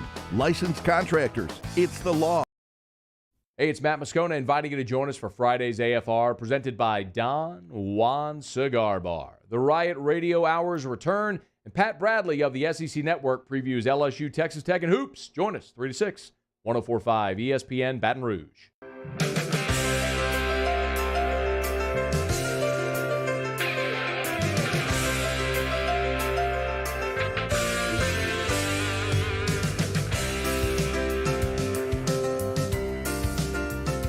Hangin with Hester and Hanny on 104.5 ESPN Baton Rouge and 1130 The Tiger. First class. I want a seat in first class where I was booked and ticketed over a month ago. Second class. That no man should be subjected to the indignity of being labeled or treated like a second-class citizen. And no class. My life had become like school on Sunday. No class. I'll tell you what then. Why don't you call me sometime when you have no class? First class, second class, no class, brought to you by Relief Telemed for businesses that have frequent interactions with the public, like restaurants, retail stores, service-based businesses that can't afford to shut down or send home employees. Relief's COVID mitigation platform takes all the hassle, chaos, and stress out of having your employees tested for COVID. The process starts with a video visit with a physician and ends with a custom plan action for every employee. And through a dashboard, you know exactly when your employees can come back to work, and they will offer both on-site and off-site testing options. ReliefTelemed.com is the site. As I've told y'all, nothing's going to be too small, right? If you've got a business with 1, 2, 3, 4, 5 employees, obviously they can handle that. They'll get you back to work, which no missed days is very important. But it doesn't matter how big either. LSU Alexandria, the Santa Ana School District out in California, that's something that they can handle as well. So it doesn't really matter what your problem is, how many employees you have for your business. Relief Telemed is the way to go. A better way to see your doctor. ReliefTelemed.com. First class, you want to lead off? Sure, I'll go first. Okay, so I need to kind of explain my first class. This is not what I would do. I would not do this, but I think it's very unique, and I use that word lightly most of the time, but I do think this falls under that. Do as I say, not as I do. Look, politicians say it all the time. Gary Anderson. Uh-huh. Gary Anderson, in his career, has had multiple jobs. And in some of those jobs, he's left for other places. And some of those jobs, he has stepped down in the middle of a season. He left, when he left Oregon State with 4 years left on his contract, $12.6 million on the table. Okay? Utah State, he went back there after he first had success there, parlayed that into a Wisconsin job. Well, stepped down after 3 games this year with $900,000 left on the table. Now, this is money he could have collected on. This is money that is technically owed to him. But he left over $13.5 million sitting out there because he said, it is not my practice to collect money that I don't earn. He talked to Kevin Steele lately? Kevin Steele would be the opposite of this. It's not the smartest thing. I wouldn't leave $13.5 million on the table, but that's a little old school, which I can appreciate, saying, hey, I'm not there earning the money. You know what? I'm going to leave that on the table. Now, for a place like Utah State, $900,000 that they don't have to give a coach that's not coaching probably, I don't want to say saves their program, but does a lot of good for them. So good on you, Gary Anderson, for doing something that nobody else I know in the world would do. I can't think of very many people. I can't think of one. My dad might be one. My dad's old school like that too. Maybe, I don't know. And I guess Kevin Steele technically did what they asked him to do. They gave him a contract. He worked for 2 weeks. He made $900,000. It's not up to him to give him the money back. God, that's on Tennessee, right? In 2 weeks. I mean, usually you have to be a movie star or sing really well to make that kind of money, right? Yeah, it ain't playing football unless you're like. Well, no. Oh, yeah, you could. Yeah, you make $900,000. And not 2 weeks, $16 million. Yeah. Some of the quarterbacks. Yeah, the quarterbacks. I never made $900,000 in 6 Well, full disclosure, Hess, neither me. I never made that kind of money playing football. You don't say. My first class goes to a frequent guest of the show, and it's not because he's a frequent guest of the show, but Hester, you've known him a long time, and I've gotten to know him a little bit through just the appearances on the show. I haven't been in on any of the meetings to put together the Senior Bowl, but I hope that Jim Nagy has been taking notes and what the initial meetings were back in the early summer of 2020, all the way to a Senior Bowl that's going to get played tomorrow afternoon in Mobile against really, I don't want to say all odds, but against so many obstacles that they're almost impossible to count. When they sat down to try and put this thing together, I can only imagine as things went along, for instance, in August, at that point they had several months into their Senior Bowl planning. How do you think the first Senior Bowl meeting after the Big Ten decided to cancel their season went? And the Pac-12 followed suit, and the SEC and the ACC and the Big 12 said, hang on just a second. And for that brief glimmer of a moment where the Big 12, of all people, held the college football season seemingly in the palm of their hand, were they going to squeeze it or were they going to turn their hand over and dump it out? And through it all, the Senior Bowl said, no, we're playing. Yeah. Hang on a second now. All of your non-Division I schools, all of your non-FBS schools are not going to play. No, we're still playing. Hang on. We're cutting back all of the schedules. We're still playing. Hang on. A lot of the star players are going to opt out of this season. We're still playing. Okay, you want to play. Here's the deal. It's going to cost you a lot more money. Yeah. First thing is, of the 136 players you're bringing in, none of them can room together. So you just doubled your housing costs. We're still playing. All of these interviews you want to do to bring in teams and things like that, you're going to have them tested multiple times, masked, and plexiglass separated. $12,000 worth of plexiglass for those of you scoring at home. We're still playing. You got to bring some of these players in separately. You can't fly them in commercial. We're still playing. You're going to have to cut down the amount of personnel that you can bring in from any of the teams. We're still playing. 16 of the top 18 teams with an opportunity to coach in this game are going to tell you, no, we're still playing. A lot of guys, when this weekend is over and the Senior Bowl practices are done and the game is done, are going to owe the beginning of their career, or at least some portion of the beginning of their career. Like some of the guys that Connor Rogers was talking about earlier from Wisconsin Whitewater are going to owe some debt of gratitude to Jim Nagy and the organizers of the Senior Bowl for putting this thing on and getting them an avenue to show their talents. And for that, I'm sure countless times that he was told, no, you can't do this, to say, you know what, we're going to find a way, we're going to make a way, we're going to do it safe, we're going to do it right. Jim Nagy deserves first class all the way. And when that game is over, when the clock hits zero and everybody goes their own separate ways, prop your feet up, Jim. Pour one or light one or just exhale and say, you know what, we did it, because you had a hell of a job on your hands and you did it. Kudos, first class. And a little kind of a side first class, I mentioned this earlier or yesterday. It's only been here 2 days. The SEC and the ACC for putting out their schedules next year. It's like, listen, this is our intention. We did what we had to do last year. Our intention this year is to play. So first class to Jim Nagy and that staff at the Senior Bowl. Yeah, and I'll back that one up as well. Jim Nagy, one of the best people that you'll ever come across. He is a grinder. Fantastic job since he's taken over at the Reese's Senior Bowl. He's taken that game to another level that I honestly didn't think it could get to, because it was already a big event, and he's made it even better. So I agree with you there, Hanny. All right, so my second class goes to the SEC Big 12 Challenge. Good, with a chance to be great. We've got some fantastic matchups, and I'll go through them quickly. We know Texas Tech, LSU, Alabama, Oklahoma. Cannot wait to watch that one. A&M, Kansas State, probably the worst game of the bunch, but still, a game that's not going to be bad basketball. Florida, West Virginia, a lot of intrigue for me in that game. Florida gets that win. That helps their tournament chances.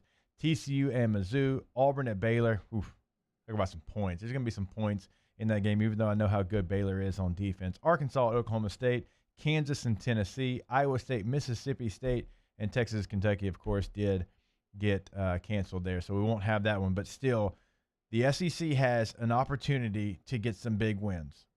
LSU and Texas Tech. Texas Tech is the 10th rated team in the country. They're a very good basketball team.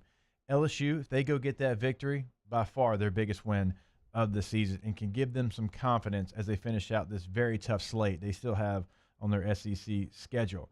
Oklahoma and Alabama, same thing for Alabama. Alabama has done well in the Southeastern Conference, but they did lose some non-conference games that people are questioning. They could go get themselves a win against a very quality Oklahoma team. I think that would help their chances. I mentioned Florida. It's going to be very, very tough for them to win in Morgantown against the Huggy Bear in West Virginia. We know what kind of defense they play, but that's a win that could get them into the NCAA tournament discussion. Missouri, I expect they'll beat TCU. TCU's an okay basketball team. Missouri still has a chance to get another quality win there. But when you look at the opportunity that Tennessee has to go against Kansas, Kansas is reeling right now. They're trying to find who they are. They had to come back last night against TCU. Tennessee struggling a little bit, even though they're 11-3 and 9-2 at home when they're playing this game in Knoxville.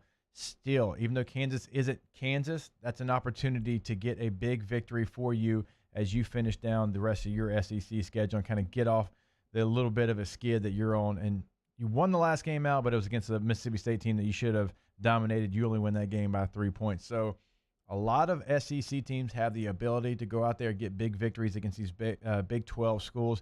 It's going to be a challenge, but you have the opportunity. I love where this is. I wish every sport did it. I wish baseball had something to this nature where it was every team almost playing and not just select teams.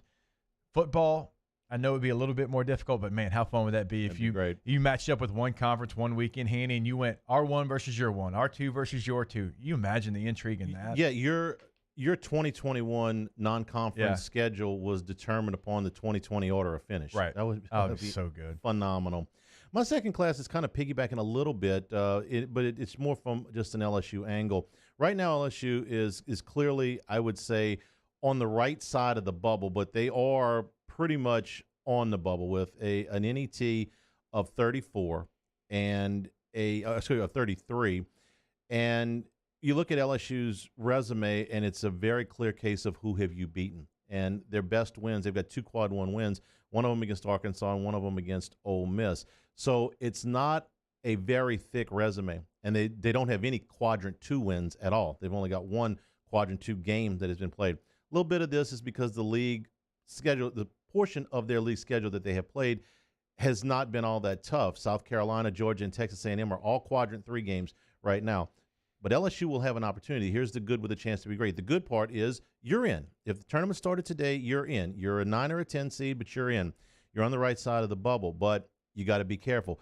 Here's your opportunity to move yourself up, cement your place. They've got 9 games to go. Texas Tech is an NET 13. Alabama is an NET 10. I'm using their NETs today. This could obviously change, but not too much. Florida an NET 27. Tennessee an NET 12. Auburn 59, and that's one of the ones I expect to go up by the time they play them in 3 weeks because I expect them to win more games with Sharif Cooper now in the lineup. And then Arkansas at 29 before they finish up with Vandy. There are at least 6 opportunities for them to get quadrant 1 wins, and that's being very, very, very conservative here.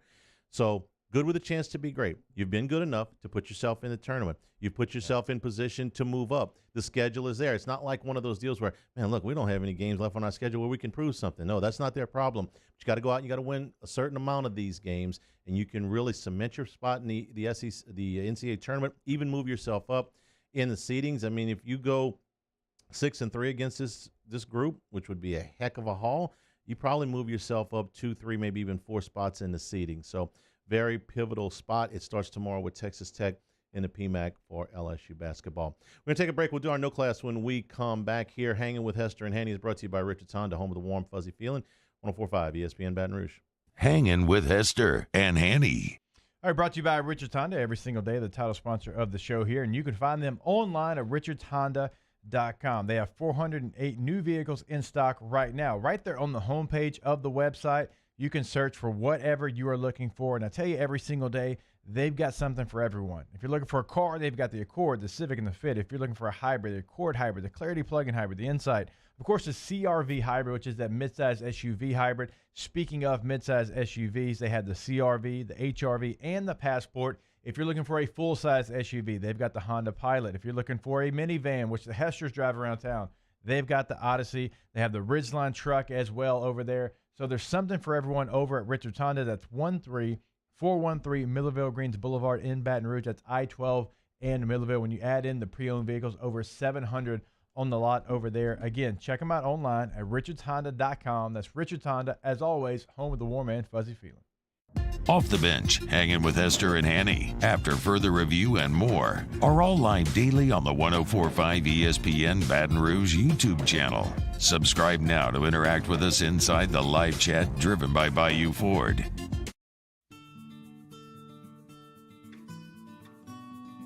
This is a house call. This is a follow-up appointment. This is a diabetes checkup. This isn't just more convenient care, it's more advanced care. This is innovating healthcare at Louisiana's #1 hospital, Auctioner. I've been doing business with Luba for 25 years. They're dependable, trustworthy. It's just the attention to detail with our clients. Our folks have years and years of experience. They're highly trained professionals, but many companies have that asset. What I'd like to think makes Luba a bit different is that we use those talents in a way that truly is dedicated to serving the needs of the folks who depend on us. At All-Star Toyota, you get it all. If you're in the market for an all-new Toyota vehicle, come see our friendly and knowledgeable sales team at All-Star Toyota. Located in Baton Rouge at the corner of Airline and Goodwood, we've been serving our community since 2005 by offering a large selection of new Toyota cars, trucks, and SUVs. Get behind the wheel of your dream car and take a test drive at All-Star Toyota today. Gulf Coast Office Products is a nationally recognized Savin office equipment dealer based right here in Louisiana. Over 100 employees strong, Gulf Coast has the boots on the ground to support all vertical markets from education, engineering, legal, and finance. With the latest in office technology from desktop to production segment units, Gulf Coast and Savin have the perfect fit for you. Call 225-756-2644. That's 756-2644 for Gulf Coast Office Products. ServiceMaster Elite create clean, disinfected work environments. As a local business, we take pride in serving the New Orleans and Baton Rouge areas. Our cleaning protocols follow CDC and OSHA standards for healthcare settings, offices, senior living, restaurants, and industrial plants.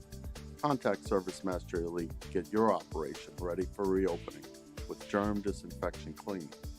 ServiceMaster Elite, the trusted choice in professional cleaning since 1996. Hey guys, this is Ryan Terrio with Mercedes-Benz of Baton Rouge, and you've got to come see us for the New Year's Certified Pre-Owned event. CPO vehicles come with an unlimited mileage warranty, and right now we're offering a 2-month payment credit up to $1,500, as well as 1.99% for 36 months on all eligible models. Check them out at mbobr.com or go see my guys Nick and Hess to take your new year up a gear. See dealer for complete details and exclusions. Qualified customers only, subject to credit approval by NBFS. Must take delivery by March 1st. 2021. Hey, it's Matt Moscona inviting you to join us for Friday's AFR, presented by Don Juan Cigar Bar. The Riot Radio Hours return, and Pat Bradley of the SEC Network previews LSU, Texas Tech, and hoops. Join us 3 to 6, 104.5 ESPN Baton Rouge.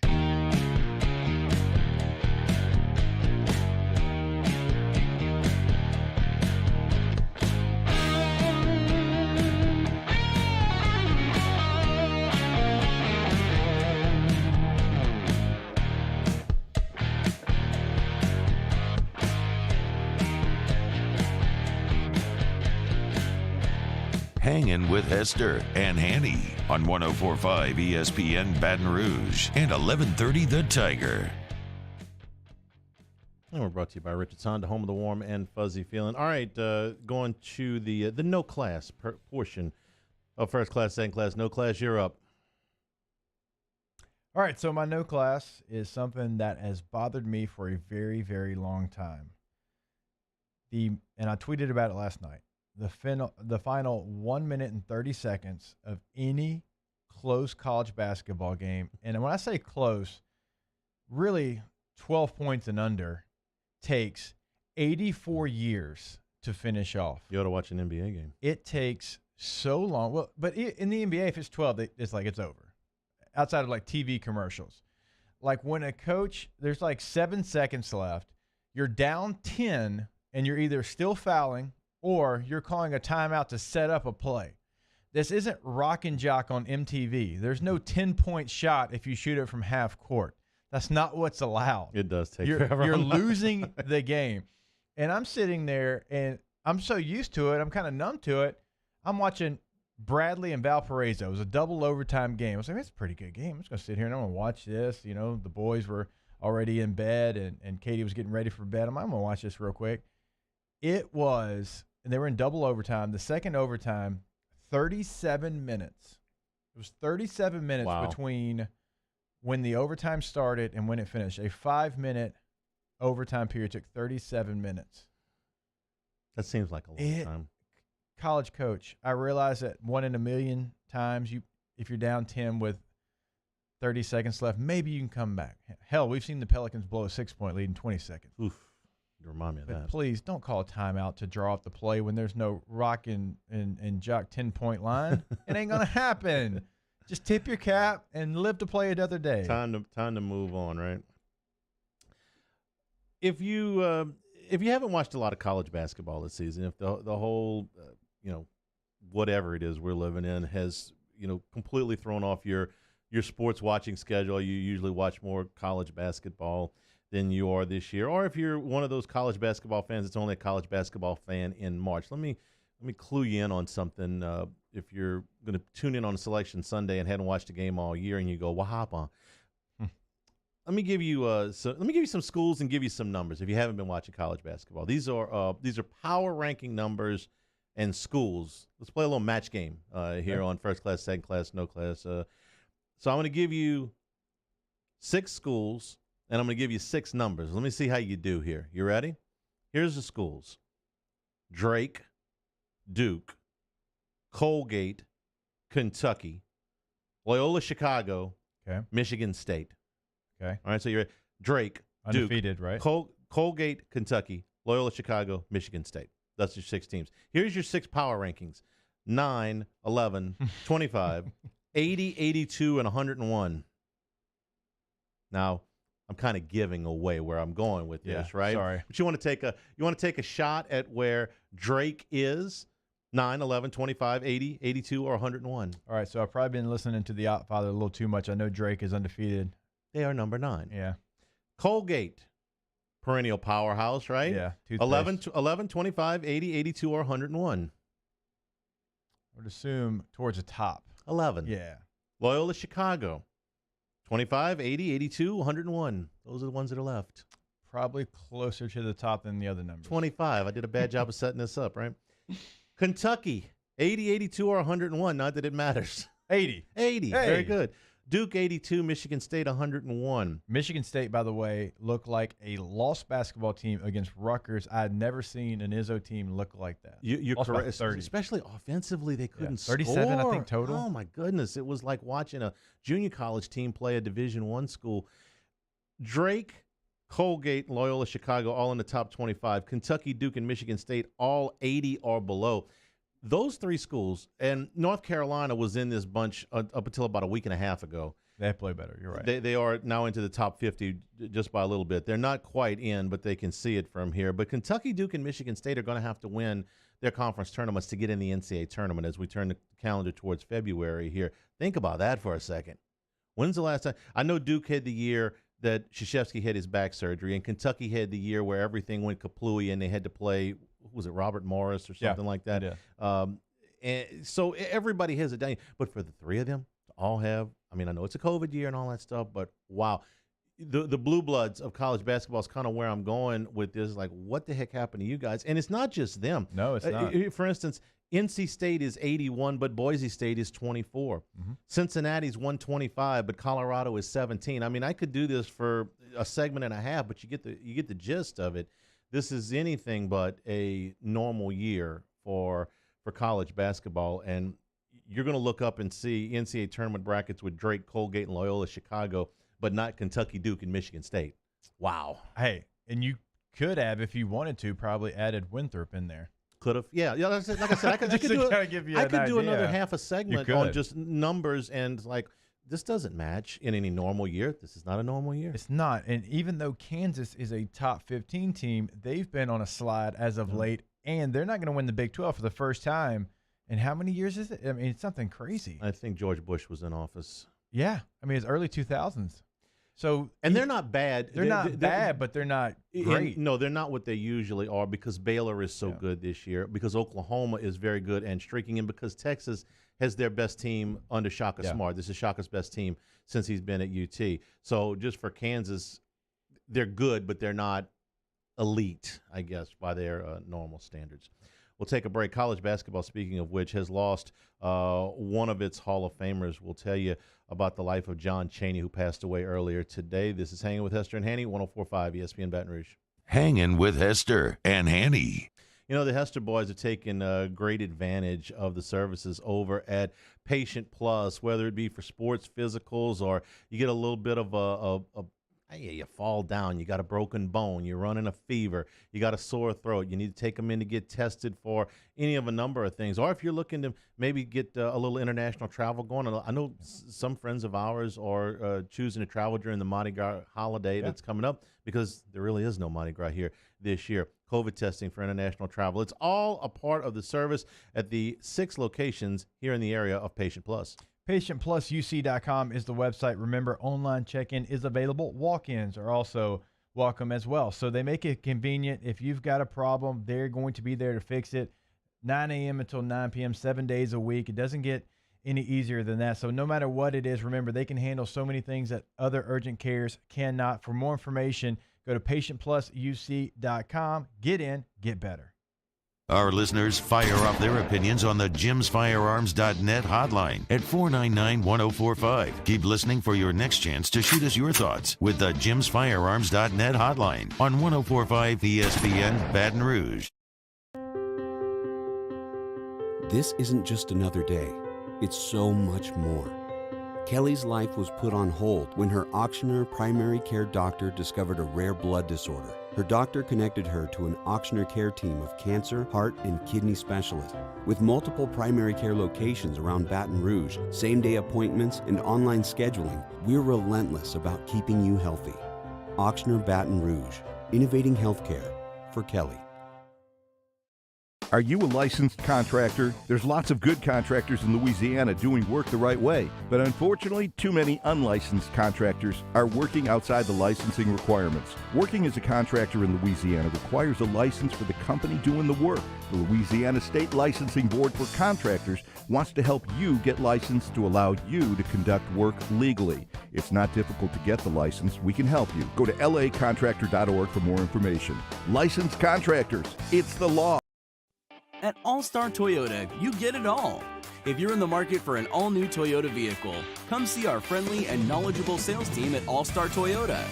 Located in Baton Rouge at the corner of Airline and Goodwood, we've been serving our community since 2005 by offering a large selection of new Toyota cars, trucks, and SUVs. Get behind the wheel of your dream car and take a test drive at All-Star Toyota today.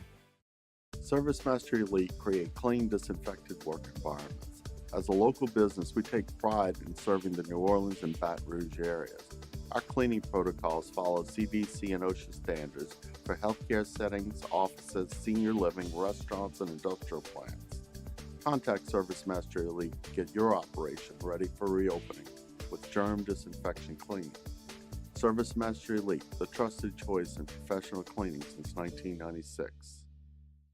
Gulf Coast Office Products is a nationally recognized Savin office equipment dealer based right here in Louisiana. Over 100 employees strong, Gulf Coast has the boots on the ground to support all vertical markets from education, engineering, legal, and finance. With the latest in office technology, from desktop to production segment units, Gulf Coast and Savin have the perfect fit for you.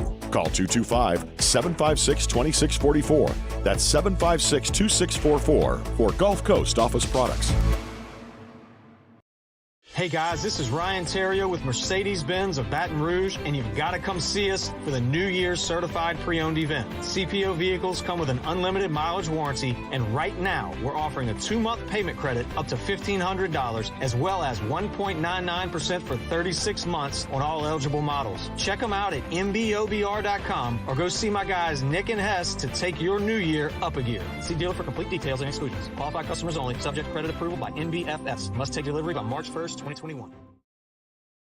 Hey, it's Matt Moscona inviting you to join us for Friday's AFR, presented by Don Juan Cigar Bar. The Riot Radio Hours return, and Pat Bradley of the SEC Network previews LSU, Texas Tech, and Hoops. Join us 3 to 6, 104.5 ESPN Baton Rouge.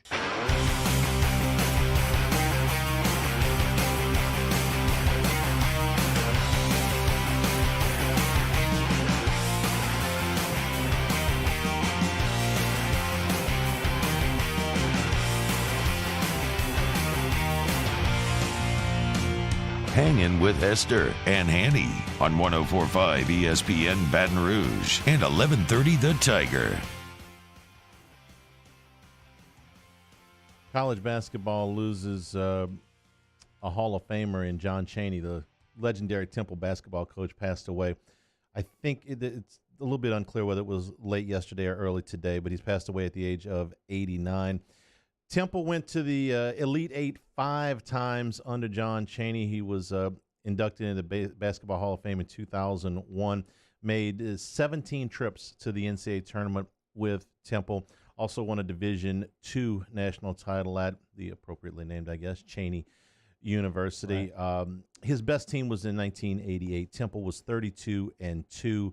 They were undefeated in conference play in the old Atlantic 10, and that was the Mark Macon team. They had every opportunity to win the national title. They finished the season at 32-2. It was a 2-year run for Chaney in which they went 64-6, and he fell just short of the Final Four. What I remember about John Chaney was this, and I know a lot of people, the first thing that comes to their mind is that press conference with John Calipari, and that was one of the uglier post-game scenes we've ever seen. What a lot of people forgot, though, because it didn't get as much publicity, is many years later, John Chaney and John Calipari became friends. And, in fact, so much to the fact that when Calipari was really very strongly criticized over how he handled the Derrick Rose situation, that it was Chaney, of all people, that came to his defense. Mm-hmm. And so the two not only reconciled, but they became actual friends. It kind of reminded me a little bit of Bill Clinton and George W. Bush, George H.W. Bush, who had run against each other in a presidential election, but when both were out of office, went to great lengths for humanitarian causes. Well, this isn't a humanitarian cause, but these two bitter rivals became friends.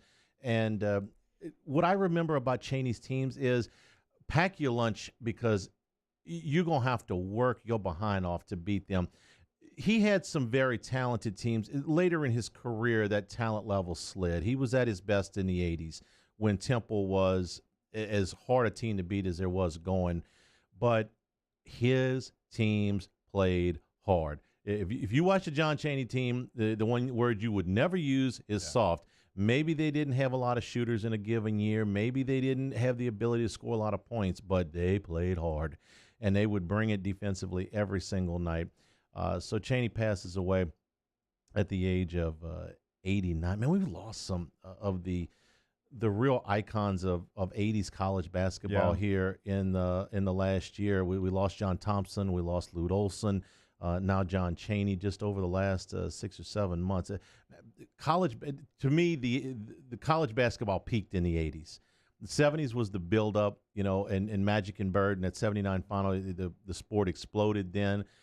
And ESPN was born right there at the beginning of the 1980s, late 1979. And in the 1980s, when you had the John Thompson and the Lou Cornacecas and the Jim Boeheims and the Dale Browns and the Bobby Knights and Raleigh Massimino and Jim Valvano and Krzyzewski was up and coming at that point.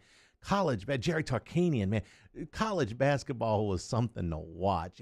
Now, I still love college basketball, but I realize that it does not have the cachet and the following that it did. In the 1980s, college basketball was appointment viewing, and Temple was one of those teams. It's like, man, you don't play those guys. Now, LSU played them in the NCAA tournament in 1987, and it was all that they could do to go. LSU was an underdog in that game, was not supposed to win at the Rosemont Horizon in Chicago, and they ended up beating them. And I remember thinking at that time as a younger person, like, man, those guys are son of a gun to play. Yeah. I don't. You didn't want to fool with a John Chaney team defensively because they would bring it. He did it for such a long time to be that great for that long. Because even when you start to get into the 2000s, like he was 27-6, and then really held his own in the early 2000s until he decided to retire. So it's not like there was this huge drop off. Even in the final years, he at least made the NIT. So he did it for so long and was so good for so long, which is so hard to do. I want to thank the folks at Small Sliders for providing us with some refreshments here this afternoon. Slide on through for delicious sliders, fries, and shakes. Nicholson at East Boyd, just right off the LSU campus. Thank you for enjoying a Friday afternoon with us. We're back for hour number 3. Hanging with Hester and Hanny, 104.5 ESPN Baton Rouge.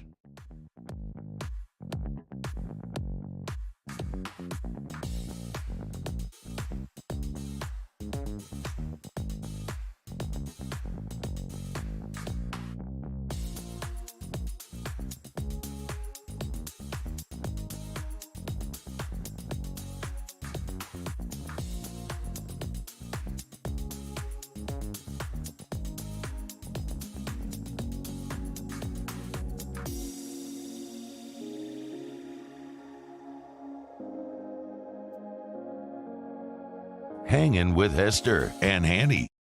Hey guys, this is Ryan Terrio with Mercedes-Benz of Baton Rouge, and you've got to come see us for the New Year's Certified Pre-Owned event. CPO vehicles come with an unlimited mileage warranty, and right now we're offering a 2-month payment credit up to $1,500, as well as 1.99% for 36 months on all eligible models. Check them out at mbobr.com or go see my guys Nick and Hess to take your new year up a gear. See dealer for complete details and exclusions. Qualified customers only. Subject to credit approval by NBFS. Must take delivery by March 1st, 2021.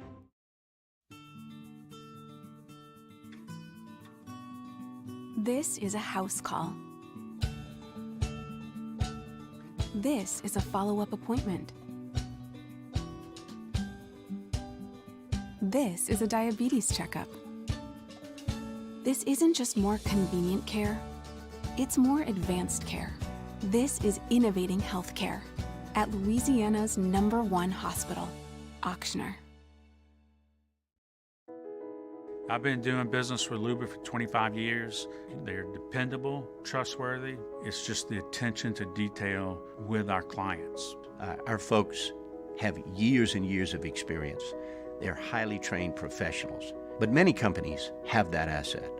What I'd like to think makes Luba a bit different is that we use those talents in a way that truly is dedicated to serving the needs of the folks who depend on us. Are you a licensed contractor? There's lots of good contractors in Louisiana doing work the right way, but unfortunately, too many unlicensed contractors are working outside the licensing requirements. Working as a contractor in Louisiana requires a license for the company doing the work. The Louisiana State Licensing Board for Contractors wants to help you get licensed to allow you to conduct work legally. It's not difficult to get the license. We can help you. Go to lacontractor.org for more information. Licensed contractors, it's the law. At All-Star Toyota, you get it all. If you're in the market for an all-new Toyota vehicle, come see our friendly and knowledgeable sales team at All-Star Toyota. Located in Baton Rouge at the corner of Airline and Goodwood, we've been serving our community since 2005 by offering a large selection of new Toyota cars, trucks, and SUVs. Get behind the wheel of your dream car and take a test drive at All-Star Toyota today. Gulf Coast Office Products is a nationally recognized Savin office equipment dealer based right here in Louisiana. Over 100 employees strong, Gulf Coast has the boots on the ground to support all vertical markets, from education, engineering, legal, and finance. With the latest in office technology, from desktop to production segment units, Gulf Coast and Savin have the perfect fit for you. Call 225-756-2644. That's 756-2644 for Gulf Coast office products. ServiceMaster Elite create clean, disinfected work environments. As a local business, we take pride in serving the New Orleans and Baton Rouge areas. Our cleaning protocols follow CDC and OSHA standards for healthcare settings, offices, senior living, restaurants, and industrial plants.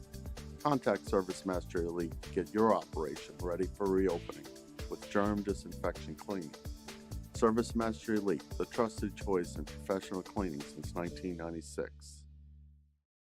$14,000 off MSRP on a new 2020 Ford Expedition XLT. All new Bayou Ford vehicles come with a 1 million mile powertrain warranty, and with Bayou to You, free delivery right to your door. The crew at Bayou Ford is going to do right by you.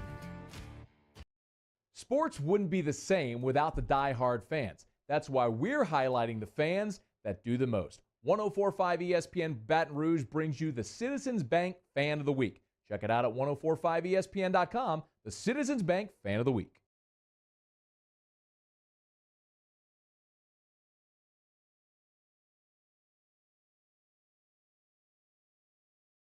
Callahan Injury Lawyers.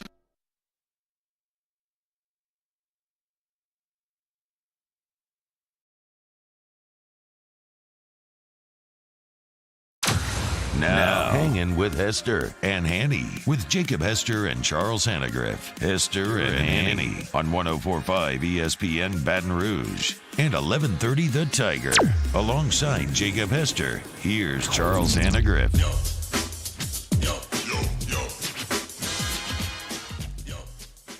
Hour number 3, Hanging with Hester and Hanny, 104.5 ESPN Baton Rouge, 1130 The Tiger up in Shreveport, CST and YouTube to watch us. Mario on the audio board, Paul on the video board, and along with Jacob Hester, I'm Charles Hanagriff. Our show today is also brought to you by Supreme Rice, supremerice.com, down in Crowley, Louisiana, southwest Louisiana since the 1930s, making delicious rice, all grown, milled, and processed right here in southwest Louisiana. So support our Louisiana farmers for etouffees, for stews, for gumbos, for just regular old rice and gravy. Make it Supreme Rice, whether it be the brown rice, the jasmine rice, or the long grain. Supreme Rice will not only stretch your food dollar, you're going to get delicious product as well for all of your gatherings. Make it Supreme Rice. I know that as I was laid up a number of times during the last few weeks, we put a nice little meal together that lasted more than 1 or 2 days behind Supreme Rice. So we had our etouffee 2 days. We had our gumbo for 2 days. That's how you work it with Supreme Rice. Easy to get at all of your Costco's, all your Walmarts, all your AG food stores. For more information, great recipes, go to supremerice.com. So there's a post out of the Bayou Ford huddle that I want to Bayou Ford chat that I want to use. You can call it huddle. I mean, it's fine. Whatever. Yeah, Moscona killed it. We didn't. Along with a story that has been posted. David Culley is the new coach of the Houston Texans. Yep. And I could have put the Texans in no class today, more specifically the Texans owner in no class today, but that was just too easy. He introduced today. He was asked about Deshaun Watson's status when he was interviewing for the job. And Culley said, he's the quarterback of the Houston Texans, and all of that's all that I was concerned about. And so we had a question from Chris in the Bayou Ford chat about basically a statement said the Watson sweepstakes will be the biggest offseason signing since the decision. That's if he moves. And I watched this, and I'm fascinated by the dynamics of this and the Texans' inability to control the message at all, because you had an owner that promised the quarterback a say in the general manager search and then gave him none. Now, he didn't have to promise him a say. It's not up to all quarterbacks to be picking general managers, but if you tell him he's going to be able to do that, then you owe it to him to be able to do that. If you had said, listen, you play and we'll manage, then that's fine, okay? Most teams run it that way. Once you say that, now you've committed to him, and then you go back on your word. General manager can't get the quarterback on the phone, and now the coach is saying, well, he's the quarterback of the Houston Texans. Is he? Because yesterday he said, and it really didn't have anything to do with Culley being named head coach. He wanted out anyway. So if you're Culley and you go to the podium today and they ask you about Deshaun Watson, you kind of stuck, right? Yeah. What do you say? You say, well, the hell with him. We're going to get what we can for him. No, you're not going to bet against yourself. Nope. But if you say, well, he's a quarterback of the Houston Texans, then you go, well, you sure about that? Mm-hmm. I mean, the guy's in a no-win situation. His owner has put him in a no-win situation before the guy ever puts on a pair of headsets. And remember, the GM who they just hired from the Patriots has come out and kind of said, hey, no, I'm looking to trade Deshaun Watson. Deshaun Watson's our quarterback. So you do have that, but if you're the head coach, you just get here, right? And you're not the GM, because we know how the last head coach did in that role. It's like, hey, what do I say? What do you want me to say here? Like, we're going to move forward with who we've got. And it's like, no. Like, we're going to trade him. Like, you can't say any of that. So it's a very difficult position for him. But a lot of people that just assume because he demanded a trade that he's going to get a trade, not necessarily. This is where I'm going with it. Happen. No, it doesn't. And that's what I wanted to ask you about, because he is under contract. He signed a contract last year. I've got the numbers. You go ahead and run through them. Of what he would be fined every day. Well, go ahead. Give the we'll give the amount of the contract, which is $164 million. Yes. Okay. And he would be fined what? And these are actually enforceable fines now per the collective bargaining agreement. So if they fine you, you have to pay the fine. Used to, if they find you, they could waive it, and it would be a nothing, and it'd go away like it didn't happen. You didn't really get fined. No, you didn't get fined. Now you're really getting because fined. You signed this new deal, whatever. Houston can fine Watson $95,877 for missing minicamp, and they can fine him $50,000 per day for each day of training camp missed, plus 1 week's salary, $620,000 for each preseason game missed. He's almost doing as well as Kevin Steele. Almost. He's actually doing better than Kevin Steele. $600,000 a week. Very true. He was making Steele only made $450,000. That's right. In the unlikely scenario that Watson chooses to retire, you know what the Texans can do? He owes them what, $21 million? $21.6 million if he retires. All right, tax man. I said $21 million. You know, hey, I was no close. numbers getting left off here. So you say, oh, that's nothing. That's something. And all of those things added up. Yes, it's something. And $50,000 per day. Let me get some math going here of what they could find him. $50,000 a day times how many days of training camp? Is it training camp days? Is that what we're talking about? Yes. All right. Usually about 30. About 30. Usually 36. 36. $1.8 million. Okay. Well, you'll notice that. Yeah. Even if you're under contract for that, you'll notice that. It fascinates me the level of incompetence to screw this up as bad as McNair has done, because the new general manager, Nick Caserio, can't get the agent on the phone. The agent won't answer the phone because the quarterback has told him don't answer the phone. The new coach who comes in today, David Culley, can't talk to the most important player on his team because he's not answering the phone. This is not like, hey, man, let's go get a Cold Coors Light and talk things over. And, you don't know me, I don't know you, but we're both working for this football team and we want to win. They can't even get that far. And they roll as general manager and coach out there like the emperor with no clothes because they've got no way to answer the questions that are being asked. But the question I have is Houston brave enough to call Watson's bluff? Or are they pretty much going to say, listen, we signed you to a contract. We expect you to play. We're not going to trade you. We are going to hold you to every piece of this contract. We're going to fine you every dollar we can, and you're going to play for us, or you're not going to play at all. Yeah. And Lou inside the chat, they can make him come to camp, but they can't stop him from being as disruptive as humanly possible. Actually, they can. They can suspend you for conduct detrimental to the team, and still those fines would be in place. Like, you would still lose money. And if they have evidence that you're being disruptive to the team, it is under their power to be able to do so. So, do you want to get to that point? Yeah, is it in their best interest? No. I mean, it may be in their power, but is it in their best interest? I don't know whose interest I actually even have at mine with the Houston Texans. Here's the deal. Okay, now it's not the NBA. The NBA, if James Harden wants to leave, he says something about the team, the next night he's gone. Okay, it's not situation where Jimmy Butler, if he wants to be traded, he's traded. It's just not that easy. Baseball is even kind of the same. If you want to be traded, you say something, you're gone. Football, we don't trade a lot. Now it's become a little bit more in vogue than it used to be, but we're not a sport that trades a lot. But if I'm the Houston Texans, I know that I have a star and I have leverage, even though he's made a trade demand because everybody wants this player.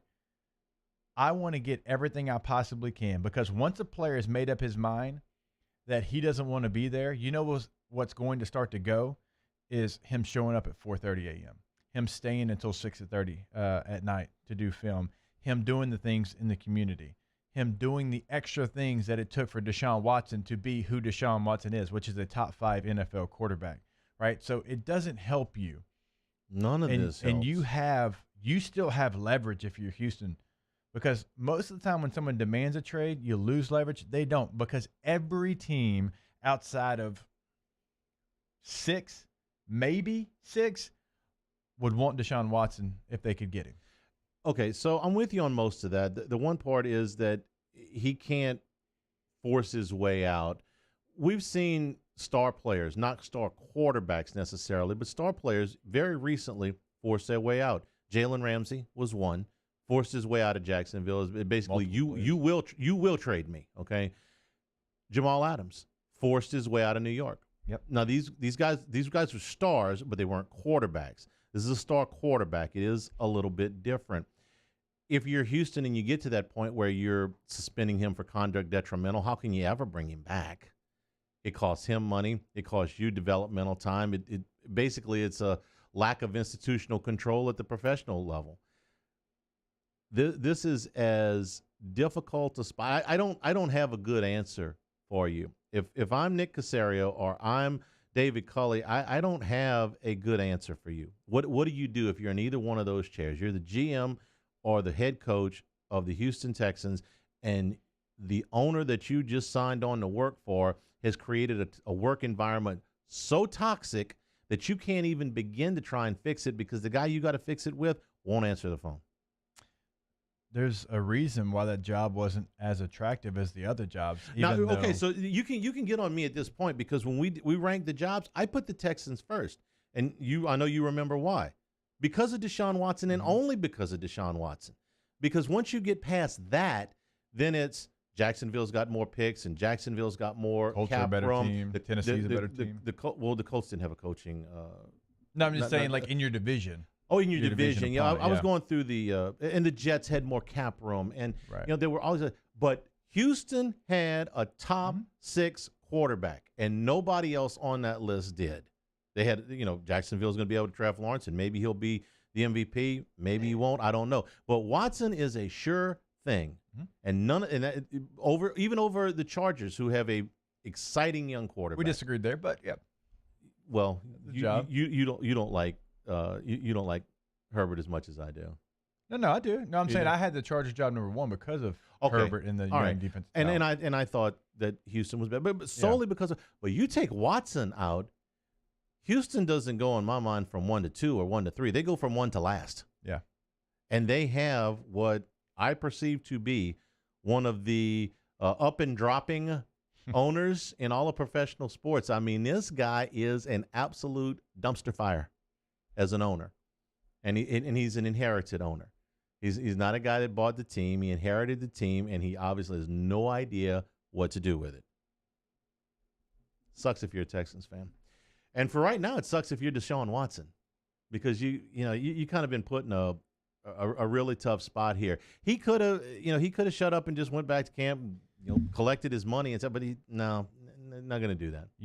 And kind of all the conversation that we're having, and we just threw the Chargers in there. There is a rumor around NFL circles that is gaining some steam that the Chargers are potentially in on Deshaun Watson, by the way, and they would trade Justin Herbert because they do have cap room for Deshaun Watson. You wouldn't have to give up as many picks. You would only have to give up Herbert should be Hebert. The quarterback of the Falcons is Bobby Hebert. Right, and so you'd give up Herbert there, and then you'd give up maybe 1-1 and a 2. If I'm the Chargers, Deshaun Watson's a better quarterback right now than Justin Herbert. Now, Justin Herbert showed that he's got a future, and you've got him under a rookie deal. Is that a move that you would entertain if you're the Chargers, knowing what kind of price tag each quarterback comes with? No, because I don't have to. I can take those picks. It's not Watson for Herbert straight up. It's Watson for Herbert and 3 other starters. You know, if these are first or second day draft picks, I got to consider those guys starters. Now they may not be because I may miss in the draft, but as far as trade value, I consider those guys starters. I'm not trading 4 starters that include the quarterback for another quarterback. Now, if I didn't have Justin Herbert, if I had taken a quarterback that had completely busted out, if I didn't have a quarterback and I had to trade 4 starters for Deshaun Watson, would I do that? I would think very hard about that. If I had to give you a starting offensive lineman, a starting defensive back, a starting linebacker, and a starting wide receiver for Deshaun Watson, as long as we're not talking about the very top guy at all of those positions, I would consider that. But because I have my quarterback, I can now build around my quarterback. I think a more intriguing question is this. If you were Jacksonville, would you trade the number 1 pick head up for Deshaun Watson? Yes. Would you trade Trevor Lawrence head up for Deshaun Watson? And I agree with you. I would. Because I don't know for sure that Trevor Lawrence is going to be a star in the league. If Herbert didn't have that 1 year, and I didn't know what he was, I would no. It's he's proven himself, and it's only 1 year, and I'd still have reservations on that. But when you just don't know, I mean, how many number 1 picks, Handy? Can we go down the list? Fail, bust. It's about a 50-50 spot for quarterbacks over the last 15 years. Yeah. It's about a 50-50 pass-fail ratio for first-round quarterbacks. And I understand $39 million a season opposed to a rookie contract. I understand all of that stuff. Yeah, try to win with rookie contract. You can take that money and put it somewhere else. Seattle won a Super Bowl largely because they were able to put a team together around the rookie quarterback, the rookie contract of Russell Wilson. Of a third rounder, not even a first rounder. Right. Yeah. They had an elite quarterback at a bargain price, and they were able to take their money and put it somewhere else. I wouldn't do that deal if I was the Chargers. I would do that deal if I were the Jaguars. I don't know if Houston would do that deal. If they were, they don't want to see him twice a year. Yeah, they're not. Yeah, that's the other thing. Yeah. If it were instead of Jacksonville, it were say Carolina, and they were in the other conference, then maybe so. We'll take a break. We're brought to you by Richards Honda, home of the warm and fuzzy feeling. Hanging with Hester and Hanny, 104.5 ESPN Baton Rouge. Hanging with Hester and Hanny. We opened up the playbook and expanded our coverage. Listen daily in high definition on 98.1 HD2. We are 104.5 ESPN Baton Rouge.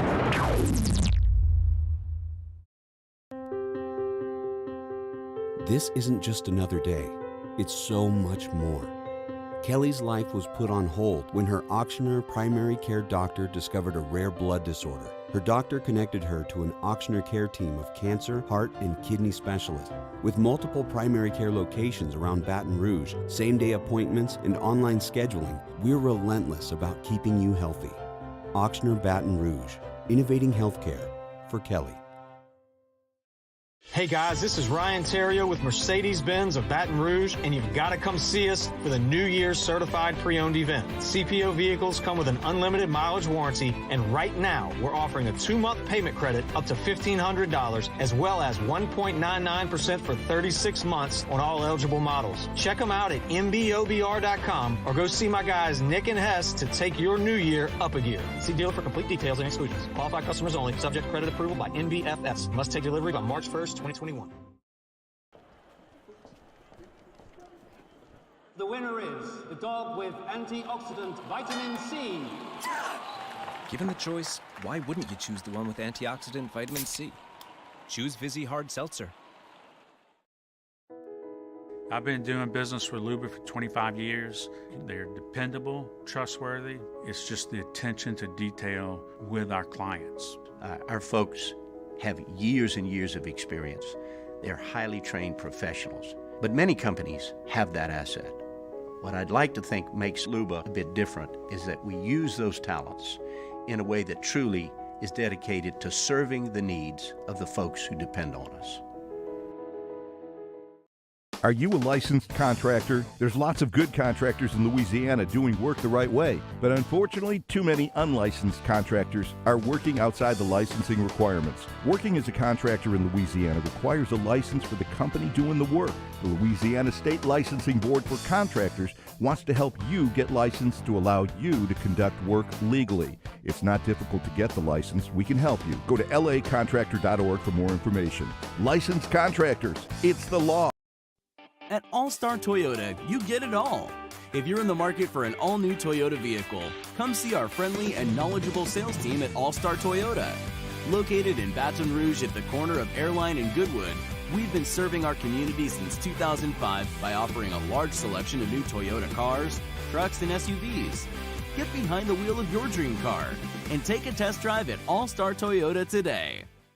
Gulf Coast Office Products is a nationally recognized Savin office equipment dealer based right here in Louisiana. Over 100 employees strong, Gulf Coast has the boots on the ground to support all vertical markets from education, engineering, legal, and finance. With the latest in office technology from desktop to production segment units, Gulf Coast and Savin have the perfect fit for you. Call 225-756-2644. That's 756-2644 for Gulf Coast Office Products. ServiceMaster Elite create clean, disinfected work environments. As a local business, we take pride in serving the New Orleans and Baton Rouge areas. Our cleaning protocols follow CDC and OSHA standards for healthcare settings, offices, senior living, restaurants, and industrial plants. Contact ServiceMaster Elite to get your operation ready for reopening with germ disinfection cleaning. ServiceMaster Elite, the trusted choice in professional cleaning since 1996. Happy New Year from Corval Toyota in Opelousas. You can get into a new Camry for $335 a month with only $2,000 down, or choose from our pre-owned selection. So come on down to Happy Town. That's Corval Toyota in Opelousas, Happy Town, USA. Hey, it's Matt Moscona inviting you to join us for Friday's AFR, presented by Don Juan Cigar Bar. The Riot Radio Hours return, and Pat Bradley of the SEC Network previews LSU, Texas Tech, and hoops. Join us 3 to 6. 104.5 ESPN Baton Rouge.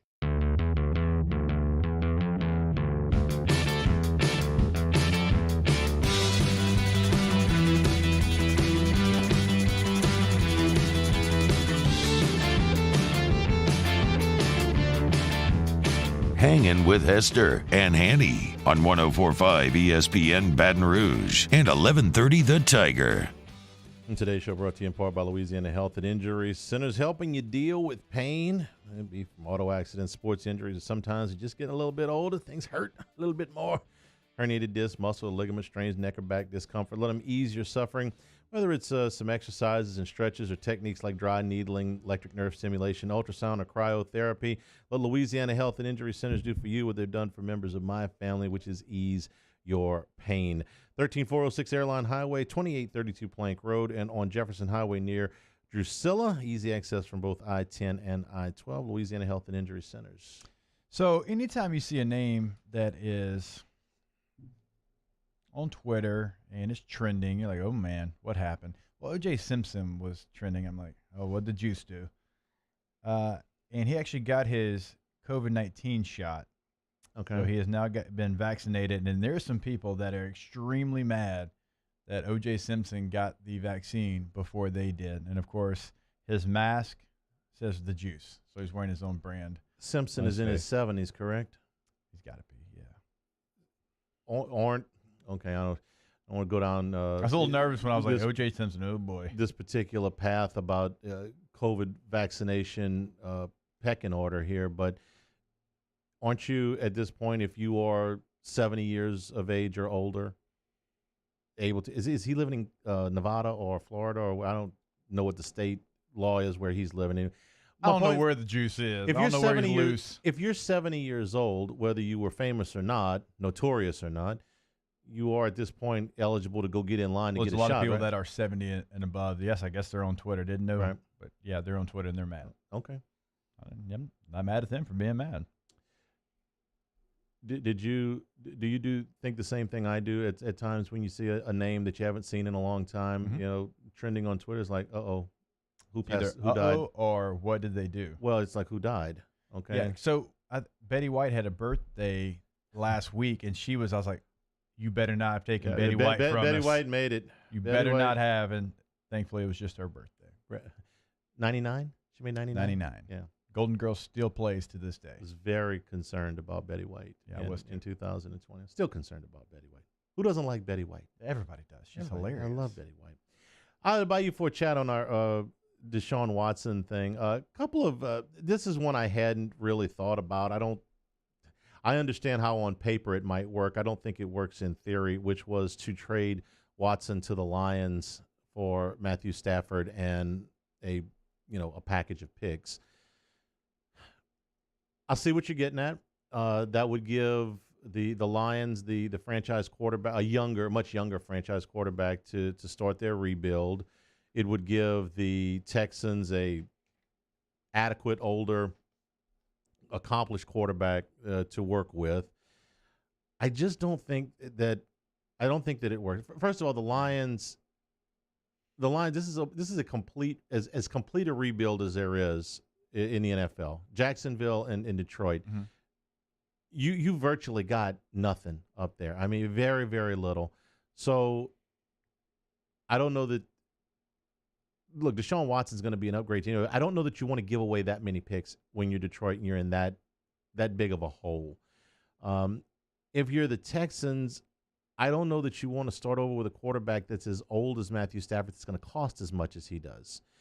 If you want to bring in a veteran, you want to bring in a cheap veteran while you're starting your rebuild. You bring in Ryan Fitzpatrick, come back and quarterback us for a year. Somebody along those lines. Nick Foles, if you can get him on the cheap, wherever he would end up. I wouldn't want to put the kind of money that I would have to put into Matthew Stafford if I'm the Texans. Matthew Stafford makes a lot of sense a lot of places. I'm not sure Houston is one of them. So I see where it works on paper. Not to mention, I think Watson has a no trade clause in his contract. I don't think Detroit's where he wants to go. No. But then again, you can't demand a trade. They find a trade, and you say, no, I don't want to go there. Or maybe you can if you're Deshaun Watson. Yeah.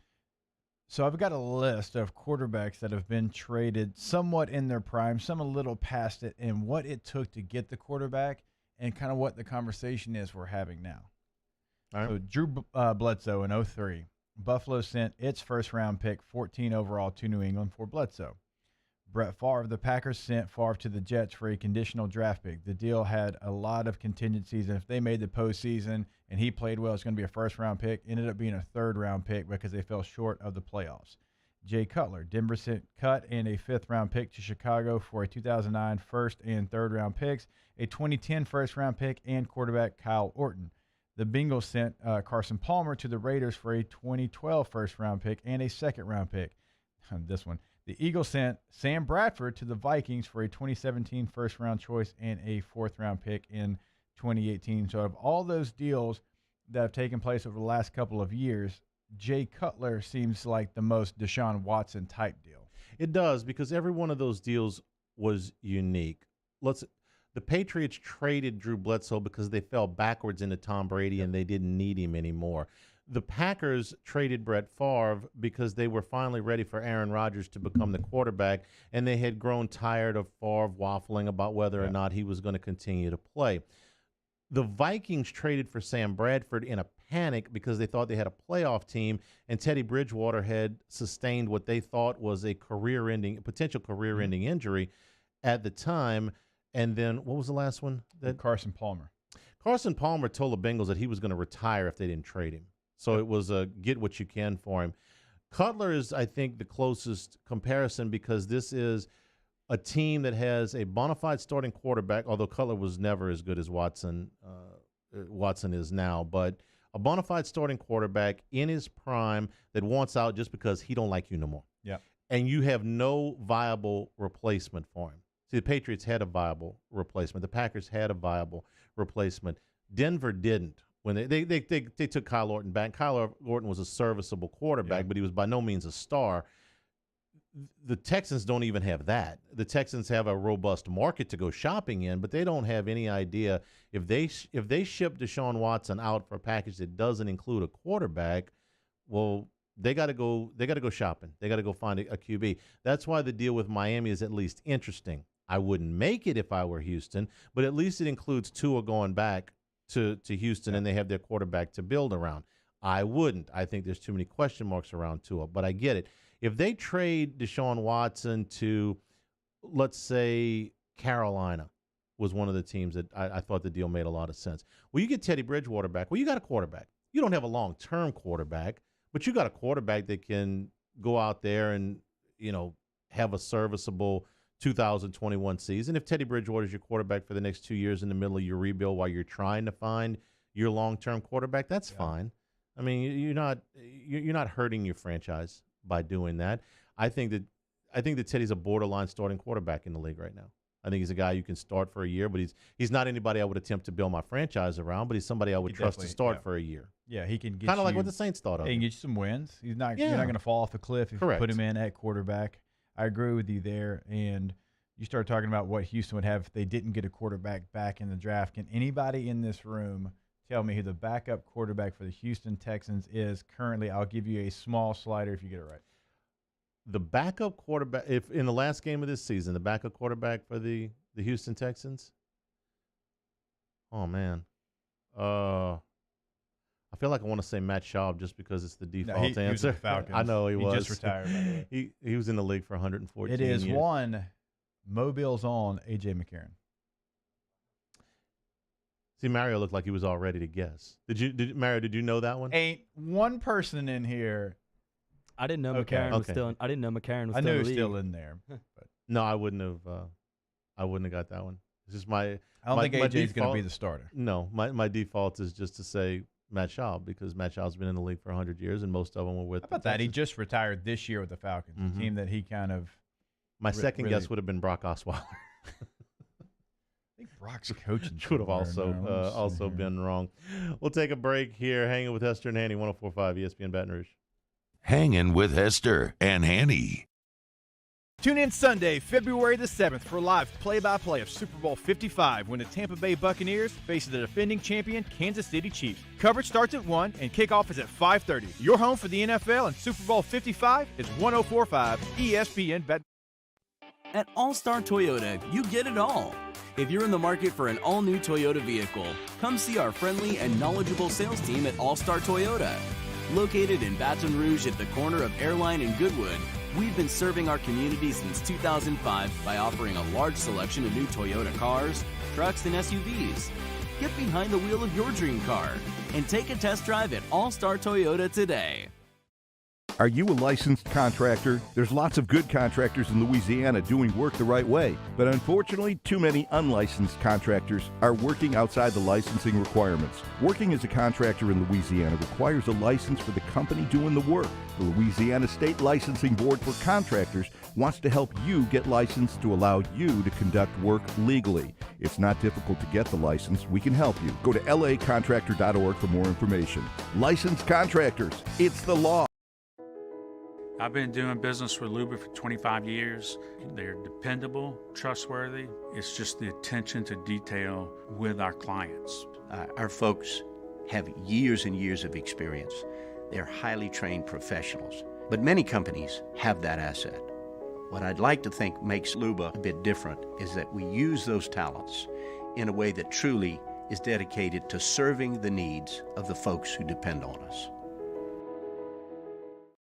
Hey guys, this is Ryan Terrio with Mercedes-Benz of Baton Rouge, and you've got to come see us for the New Year's Certified Pre-Owned event. CPO vehicles come with an unlimited mileage warranty, and right now we're offering a 2-month payment credit up to $1,500, as well as 1.99% for 36 months on all eligible models. Check them out at mbobr.com or go see my guys Nick and Hess to take your new year up a gear. See dealer for complete details and exclusions. Qualified customers only. Subject to credit approval by NBFS. Must take delivery by March 1st, 2021.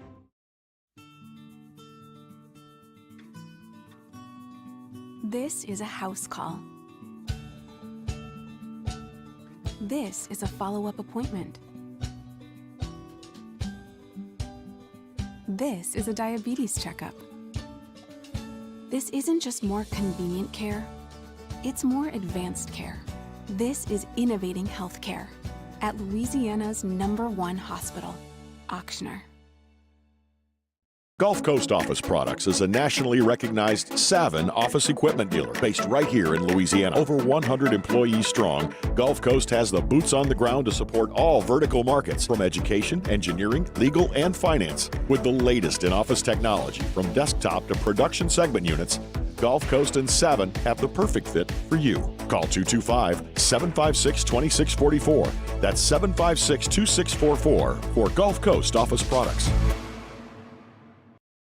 $14,000 off MSRP on a new 2020 Ford Expedition XLT. All new Bayou Ford vehicles come with a 1 million mile powertrain warranty. And with Bayou to You, free delivery right to your door. The crew at Bayou Ford is going to do right by you. ServiceMaster Elite create clean, disinfected work environments. As a local business, we take pride in serving the New Orleans and Baton Rouge areas. Our cleaning protocols follow CDC and OSHA standards for healthcare settings, offices, senior living, restaurants, and industrial plants. Contact ServiceMaster Elite to get your operation ready for reopening with germ disinfection cleaning. ServiceMaster Elite, the trusted choice in professional cleaning since 1996. Happy New Year from Cordell Toyota in Opelousas. You can get into a Corolla for $239 a month with only $2,000 down, or choose from our pre-owned selection. So come on down to Happy Town. That's Cordell Toyota in Opelousas, Happy Town, USA. Hey, it's Matt Moscona inviting you to join us for Friday's AFR, presented by Don Juan Cigar Bar. The Riot Radio Hours return, and Pat Bradley of the SEC Network previews LSU, Texas Tech, and hoops. Join us 3 to 6. 104.5 ESPN Baton Rouge.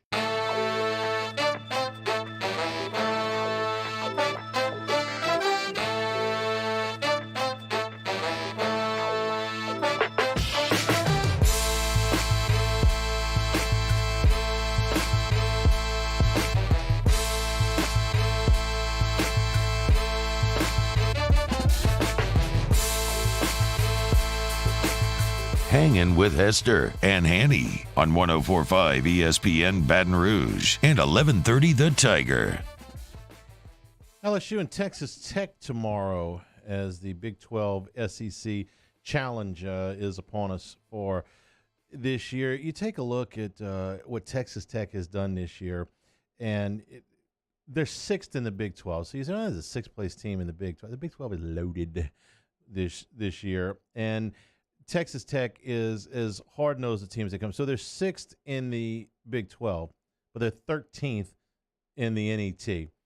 So this sort of looks like SEC football or SEC West football. You know, you're the fourth best team in your division. Yeah, but I'm the eighth best team in the country. That's a little bit what Texas Tech is like. And you look at the real pertinent games that they played this year.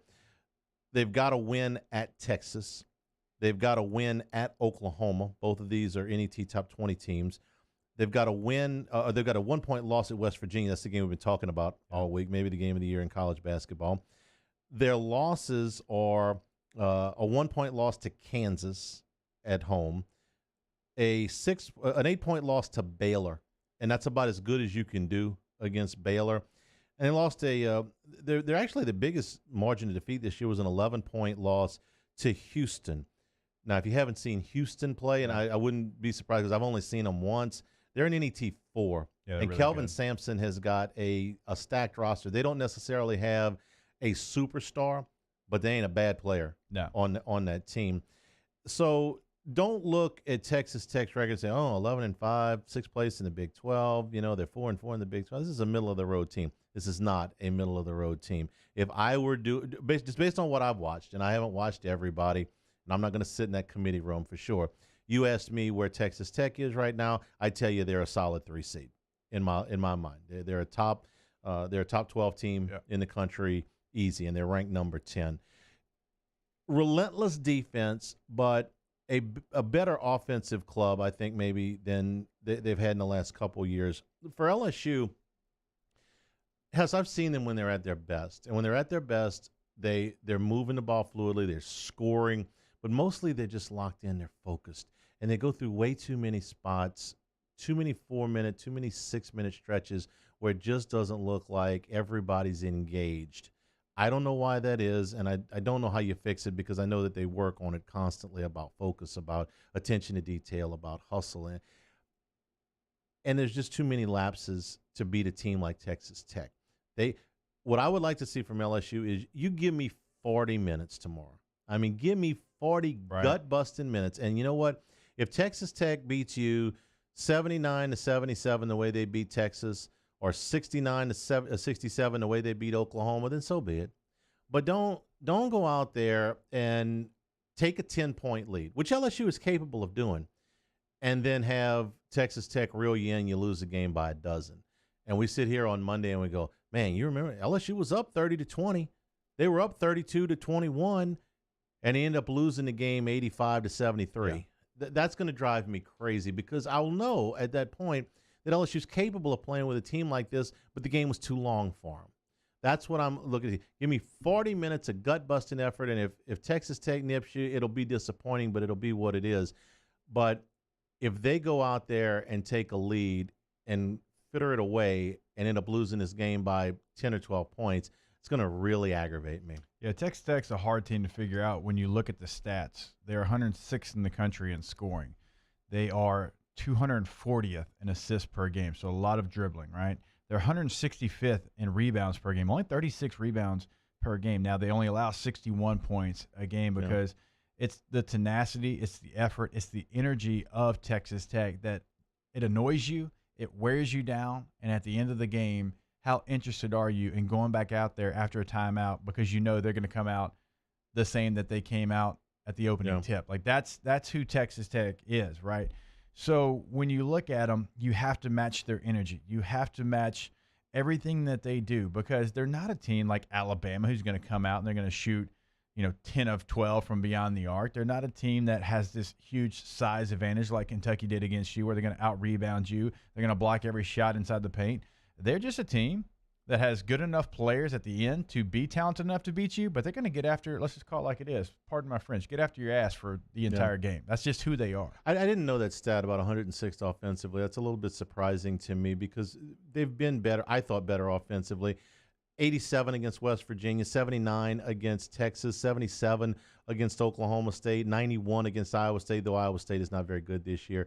Really the only games I thought that they got really shut down offensively was the game against Houston, which I didn't see. I'm looking at a box score. And in the game against Kansas where they were in the 50. They also kind of a stat skewing game. Back in the beginning part of December, they played what had to absolutely be a goofy game with Abilene Christian. It ended up 51-44. I couldn't possibly tell you what happened that night if they didn't put a lid on the basket for 20 minutes or something. But what's crazy, I'm surprised that the number's that low, though. Well, what's crazy is 75 points per game in college basketball now puts you 106 in the country. Like Fair enough. That's kind of what's different here. Like, 75 points 10 years ago is like in a college basketball game. Also, 106th in scoring still puts you in the top third. When you're talking about college basketball, you're talking about over 330 teams. So, I guess maybe it's kind of a goofy stat, to try to figure. But I'm looking forward to this game because I think that I've seen LSU basketball over the years for some of these non-conference opponents, and not just the Dale Brown, the iconic games, the LSU Arizonas or Georgetowns or things like that.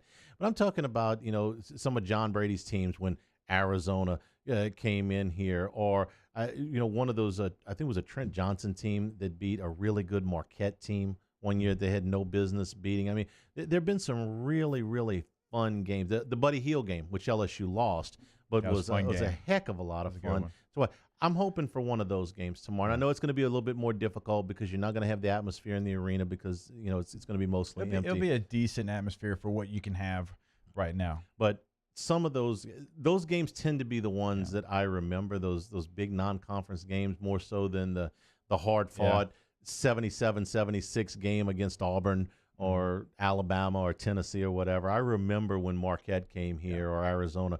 I hope that I'll remember this game, and it's one of those, hey, man, but that was really something to see on Saturday. I think LSU's got every opportunity. LSU, speaking of scoring, I mean, they score 84 points a game. They're 11th in the country. I mean, when they're on, they can put the ball in the basket, and they can do it multiple ways, right? It's not just from beyond the arc or inside the paint like Alabama does. I mean, they can be creative in who they are. So they have an opportunity. Can they match the energy of Texas Tech? That's going to be the key to the game for me. On both ends of the court, can they match the same energy? So By the way, any guesses which team leads the country in scoring? Gonzaga. 94 points a game. They're really good.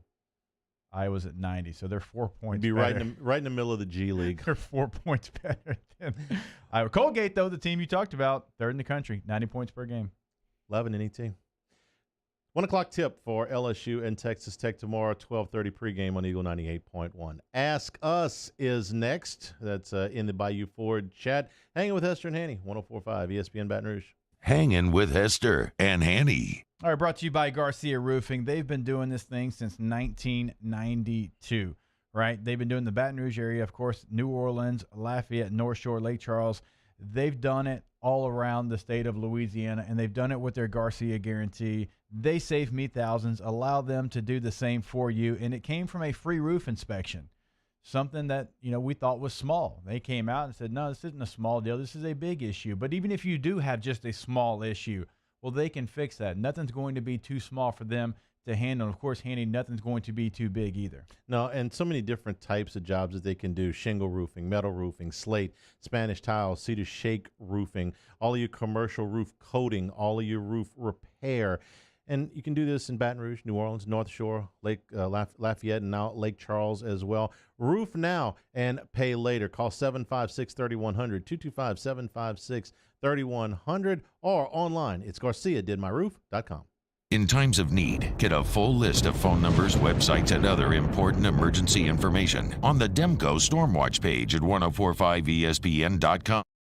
Hey guys, this is Ryan Terrio with Mercedes-Benz of Baton Rouge, and you've got to come see us for the New Year's Certified Pre-Owned event. CPO vehicles come with an unlimited mileage warranty, and right now we're offering a 2-month payment credit up to $1,500, as well as 1.99% for 36 months on all eligible models. Check them out at mbobr.com or go see my guys Nick and Hess to take your new year up a gear. See dealer for complete details and exclusions. Qualified customers only. Subject credit approval by NBFS. Must take delivery by March 1st. 2021.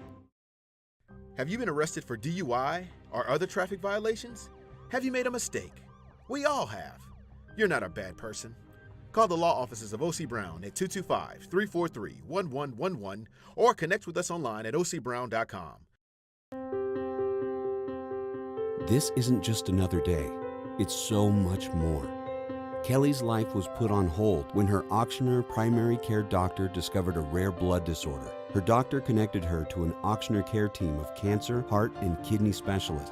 With multiple primary care locations around Baton Rouge, same-day appointments, and online scheduling, we're relentless about keeping you healthy. Auctioneer Baton Rouge, innovating healthcare for Kelly. I've been doing business with Luba for 25 years.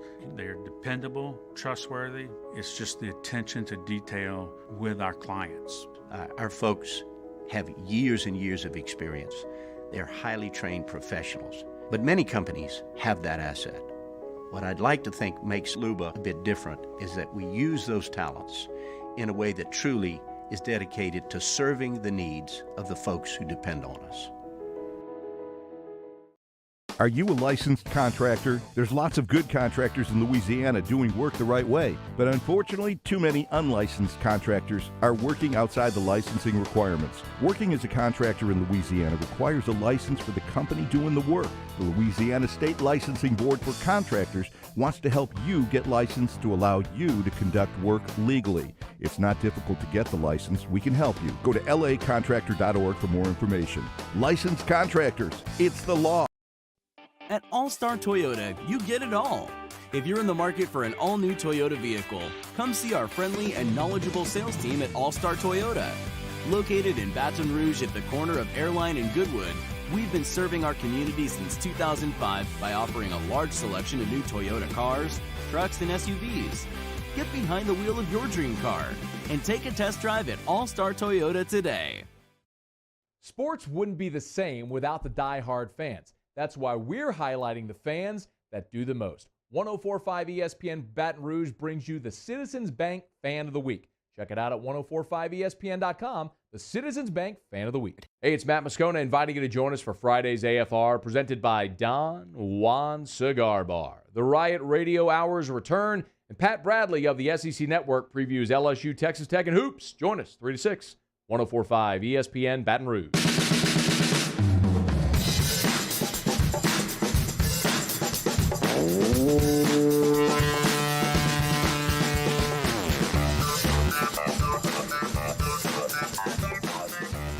Hangin' with Hester and Hanny on 104.5 ESPN Baton Rouge and 1130 The Tiger. Ask Us is brought to you by Coors Light. You're going to have Big 12 SEC basketball tomorrow. You better have some Coors Light on hand. I have plenty of cold Coors Light. I'm going to have an ice chest full. I'm going to have some 10-ounce slim cans because, Hanny, you can fit more in the ice chest. More in the ice chest. Maybe some fishing in between. Got big plans this weekend. Cold, crisp, refreshing Coors Light, the perfect complement to any of the games going on this weekend, and the official beer of Hanging with Hester and Hanny. Let's go to it and Ask Us. National Corn Chip Day. What is your favorite potato chip, while acknowledging that a corn chip is not a potato chip, of course? I'd kind of hit you with that one. I think I've answered this one before. Pringles has got a thick, wavy honey barbecue potato chip. I don't know if it's really new, but it's somewhat new to me. That has become my favorite potato chip. Chili cheese Fritos. Okay, so you're kind of back. A Frito is a corn chip. Corn chip, yeah. Okay, so he has for national Fritos. potato chip. Love chili cheese Fritos. Ask Us, fierce or stare, John Chaney or Dave Stewart? That's a pretty. Dave Stewart on the mound was pretty intimidating. Dave Stewart won 20 games 4 consecutive years. It's a pretty short list of guys that would do that. Chaney, but by this much. If you missed it earlier today, John Chaney passed away at the age of 89. So some questions about my recovery. I'm going to kind of consolidate these. One was about the rehab I'm doing. Am I in a swimming pool with a bunch of older ladies? No, I am not at the I'm not at the resistance part of my rehab yet. Right now, it's just body weight and range of motion things. But I'll let you know in a few weeks if they make me get in the pool. Another question about painkillers. Listen. There are mandatory painkillers for a surgery like this that you have to take for a certain amount of time after the surgery. My immediate goal was to get off of them as fast as I could. But at the beginning part of this, like the first few days after this, they're like, even if you're going through a period where you don't hurt, take them anyway. Because if you get behind, and forgot to set my alarm one night and was a few hours behind, and believe me, I only made that mistake once. But once you get past the first, the first few days, and you can take out. I felt like I was in a fog there for a few days. I would have been entertaining radio had you called me any of those days. I might not have made any sense, but you would have got a good kick. Out of it. Ask Us, do you like putting together jigsaw puzzles? Not particularly. No. When we were kids, when you had to stay in the house at certain parts of the day, I'm talking about like 6 or 7, but no. It's a little bit too tedious for me. No, we didn't have that opportunity in the Hester household. Get outside till the street light comes on. We'll see you then. Go play outside. Ask Us, better Robin Hood, Kevin Costner, Russell Crowe, or Carrie Ells? Robin Hood, my mind's Kevin Costner. I never saw the Russell Crowe one, so I don't know. I saw Robin Hood. What was the Bryan Adams song that went along with that Robin Hood? That was yeah. I wasn't over the moon about that movie, and I didn't see the other two, so I don't know if I'm. I don't know if I'm a good person to. And he hates Kevin Costner. Just in. I don't hate. Bull Durham is among my favorite Davis, movies of all time. Let's ask Us, who hit the most home runs this season? I don't know if they're asking them in the major leagues, or I guess they're maybe asking LSU. Cruz. LSU. I'm thinking Cruz. I'll go Beloso. Okay. He moved to the outfield this year. Okay. Let's see. Ask Us, favorite flavor, king cake. We've had that one before. Any. There's nothing that's bad, but we did manage to find a chocolate one this week, which is really, really good. Ask Hester, do you miss Hunt? Who? There you go. Ask Us, were you ever in the zone? Have I ever been in the zone? Yeah. Yeah, absolutely. I've been in the zone. So I guess it is just for anything? You know when you're in the zone. Like, it doesn't have to be in sports. Right, it can be Yes. It can be anything. You're in the zone, you know you're in the zone. You're right. When things are going good, absolutely. Ask Us, will LSU make it to Omaha? No idea. They've got a very talented roster over there. They're going to put it together, stay healthy, all of those things. Possibly. They got an opportunity. They got the staff. Well, you got to see about the lineup. They're preseason 12, I think. Yep. Putting all of the polls together, because in baseball there's like 5. Ask us, favorite actor working today. That's a tough question. I'll be honest with you. If Denzel Washington is in something, if he's headlining something, I'm probably going to watch. Denzel's really good. So I'll watch most of the stuff with Denzel Washington. Look, I'm not going to hate on old school Tom Cruise. Mission Impossible's new Top Gun coming out. Love the Jack Reacher movies. I'm not. Obviously, we're not going to the movies as much as we once did. There's a lot of restrictions and stuff like that. Days of Thunder's. Well, not if you're going back. That far, for sure. Whew, let's see. Wait. You may have to spin the wheel here for a second. I got so much. Go ahead, spin the wheel. What's your cure for the hiccups? So you take a glass of water, or really anything. But you take a glass of water and you lean over forward. Okay. And you essentially, it's what is called drinking water backwards. So instead of the rim of the glass that is closest to your mouth, you drink out of the other side, and you're only going to get a couple of sips down before you spill it. Mm-hmm. But if you essentially drink water backwards, that works for me. Okay. I don't know if you got anything else. So one time at a bar, Katie got the hiccups, and the bartender, who we knew, poured something, said, "Hey, take a shot of this." And she takes a shot, and obviously her face is like, just what in the world was that? It was Worcestershire sauce, and it shocked her. So it got rid of her hiccups because it shocked her. Okay. Well, if it works. What's the longest you ever had the hiccups? I don't get the hiccups You never got the hiccups? Come on. No, I don't get them very often. No, but you've had the hiccups Yeah, before. but not like a long period of time. My wife gets them all the time. I don't get them very often, but I think the longest I've ever had the hiccups was like 2 or 3 minutes. And you've heard these nightmare cases where these people get the hiccups and can't get rid of them for long periods of time. It'd be miserable, right? I think that's it. We got some Tom Hanks, some Ryan Reynolds, some Chris Hemsworth. I like most of Tom Hanks' stuff too. Tom Hanks, Denzel Washington. I'll probably watch if either one of those guys is in the movie. I've seen most of Denzel's so good. Most of both of their things. Matthew McConaughey. Thanks to everybody for participating. For Mario, for Paul, for Jacob. I'm Charles. Thank you. Good afternoon. Stay tuned for AFR 104.5 ESPN Baton Rouge.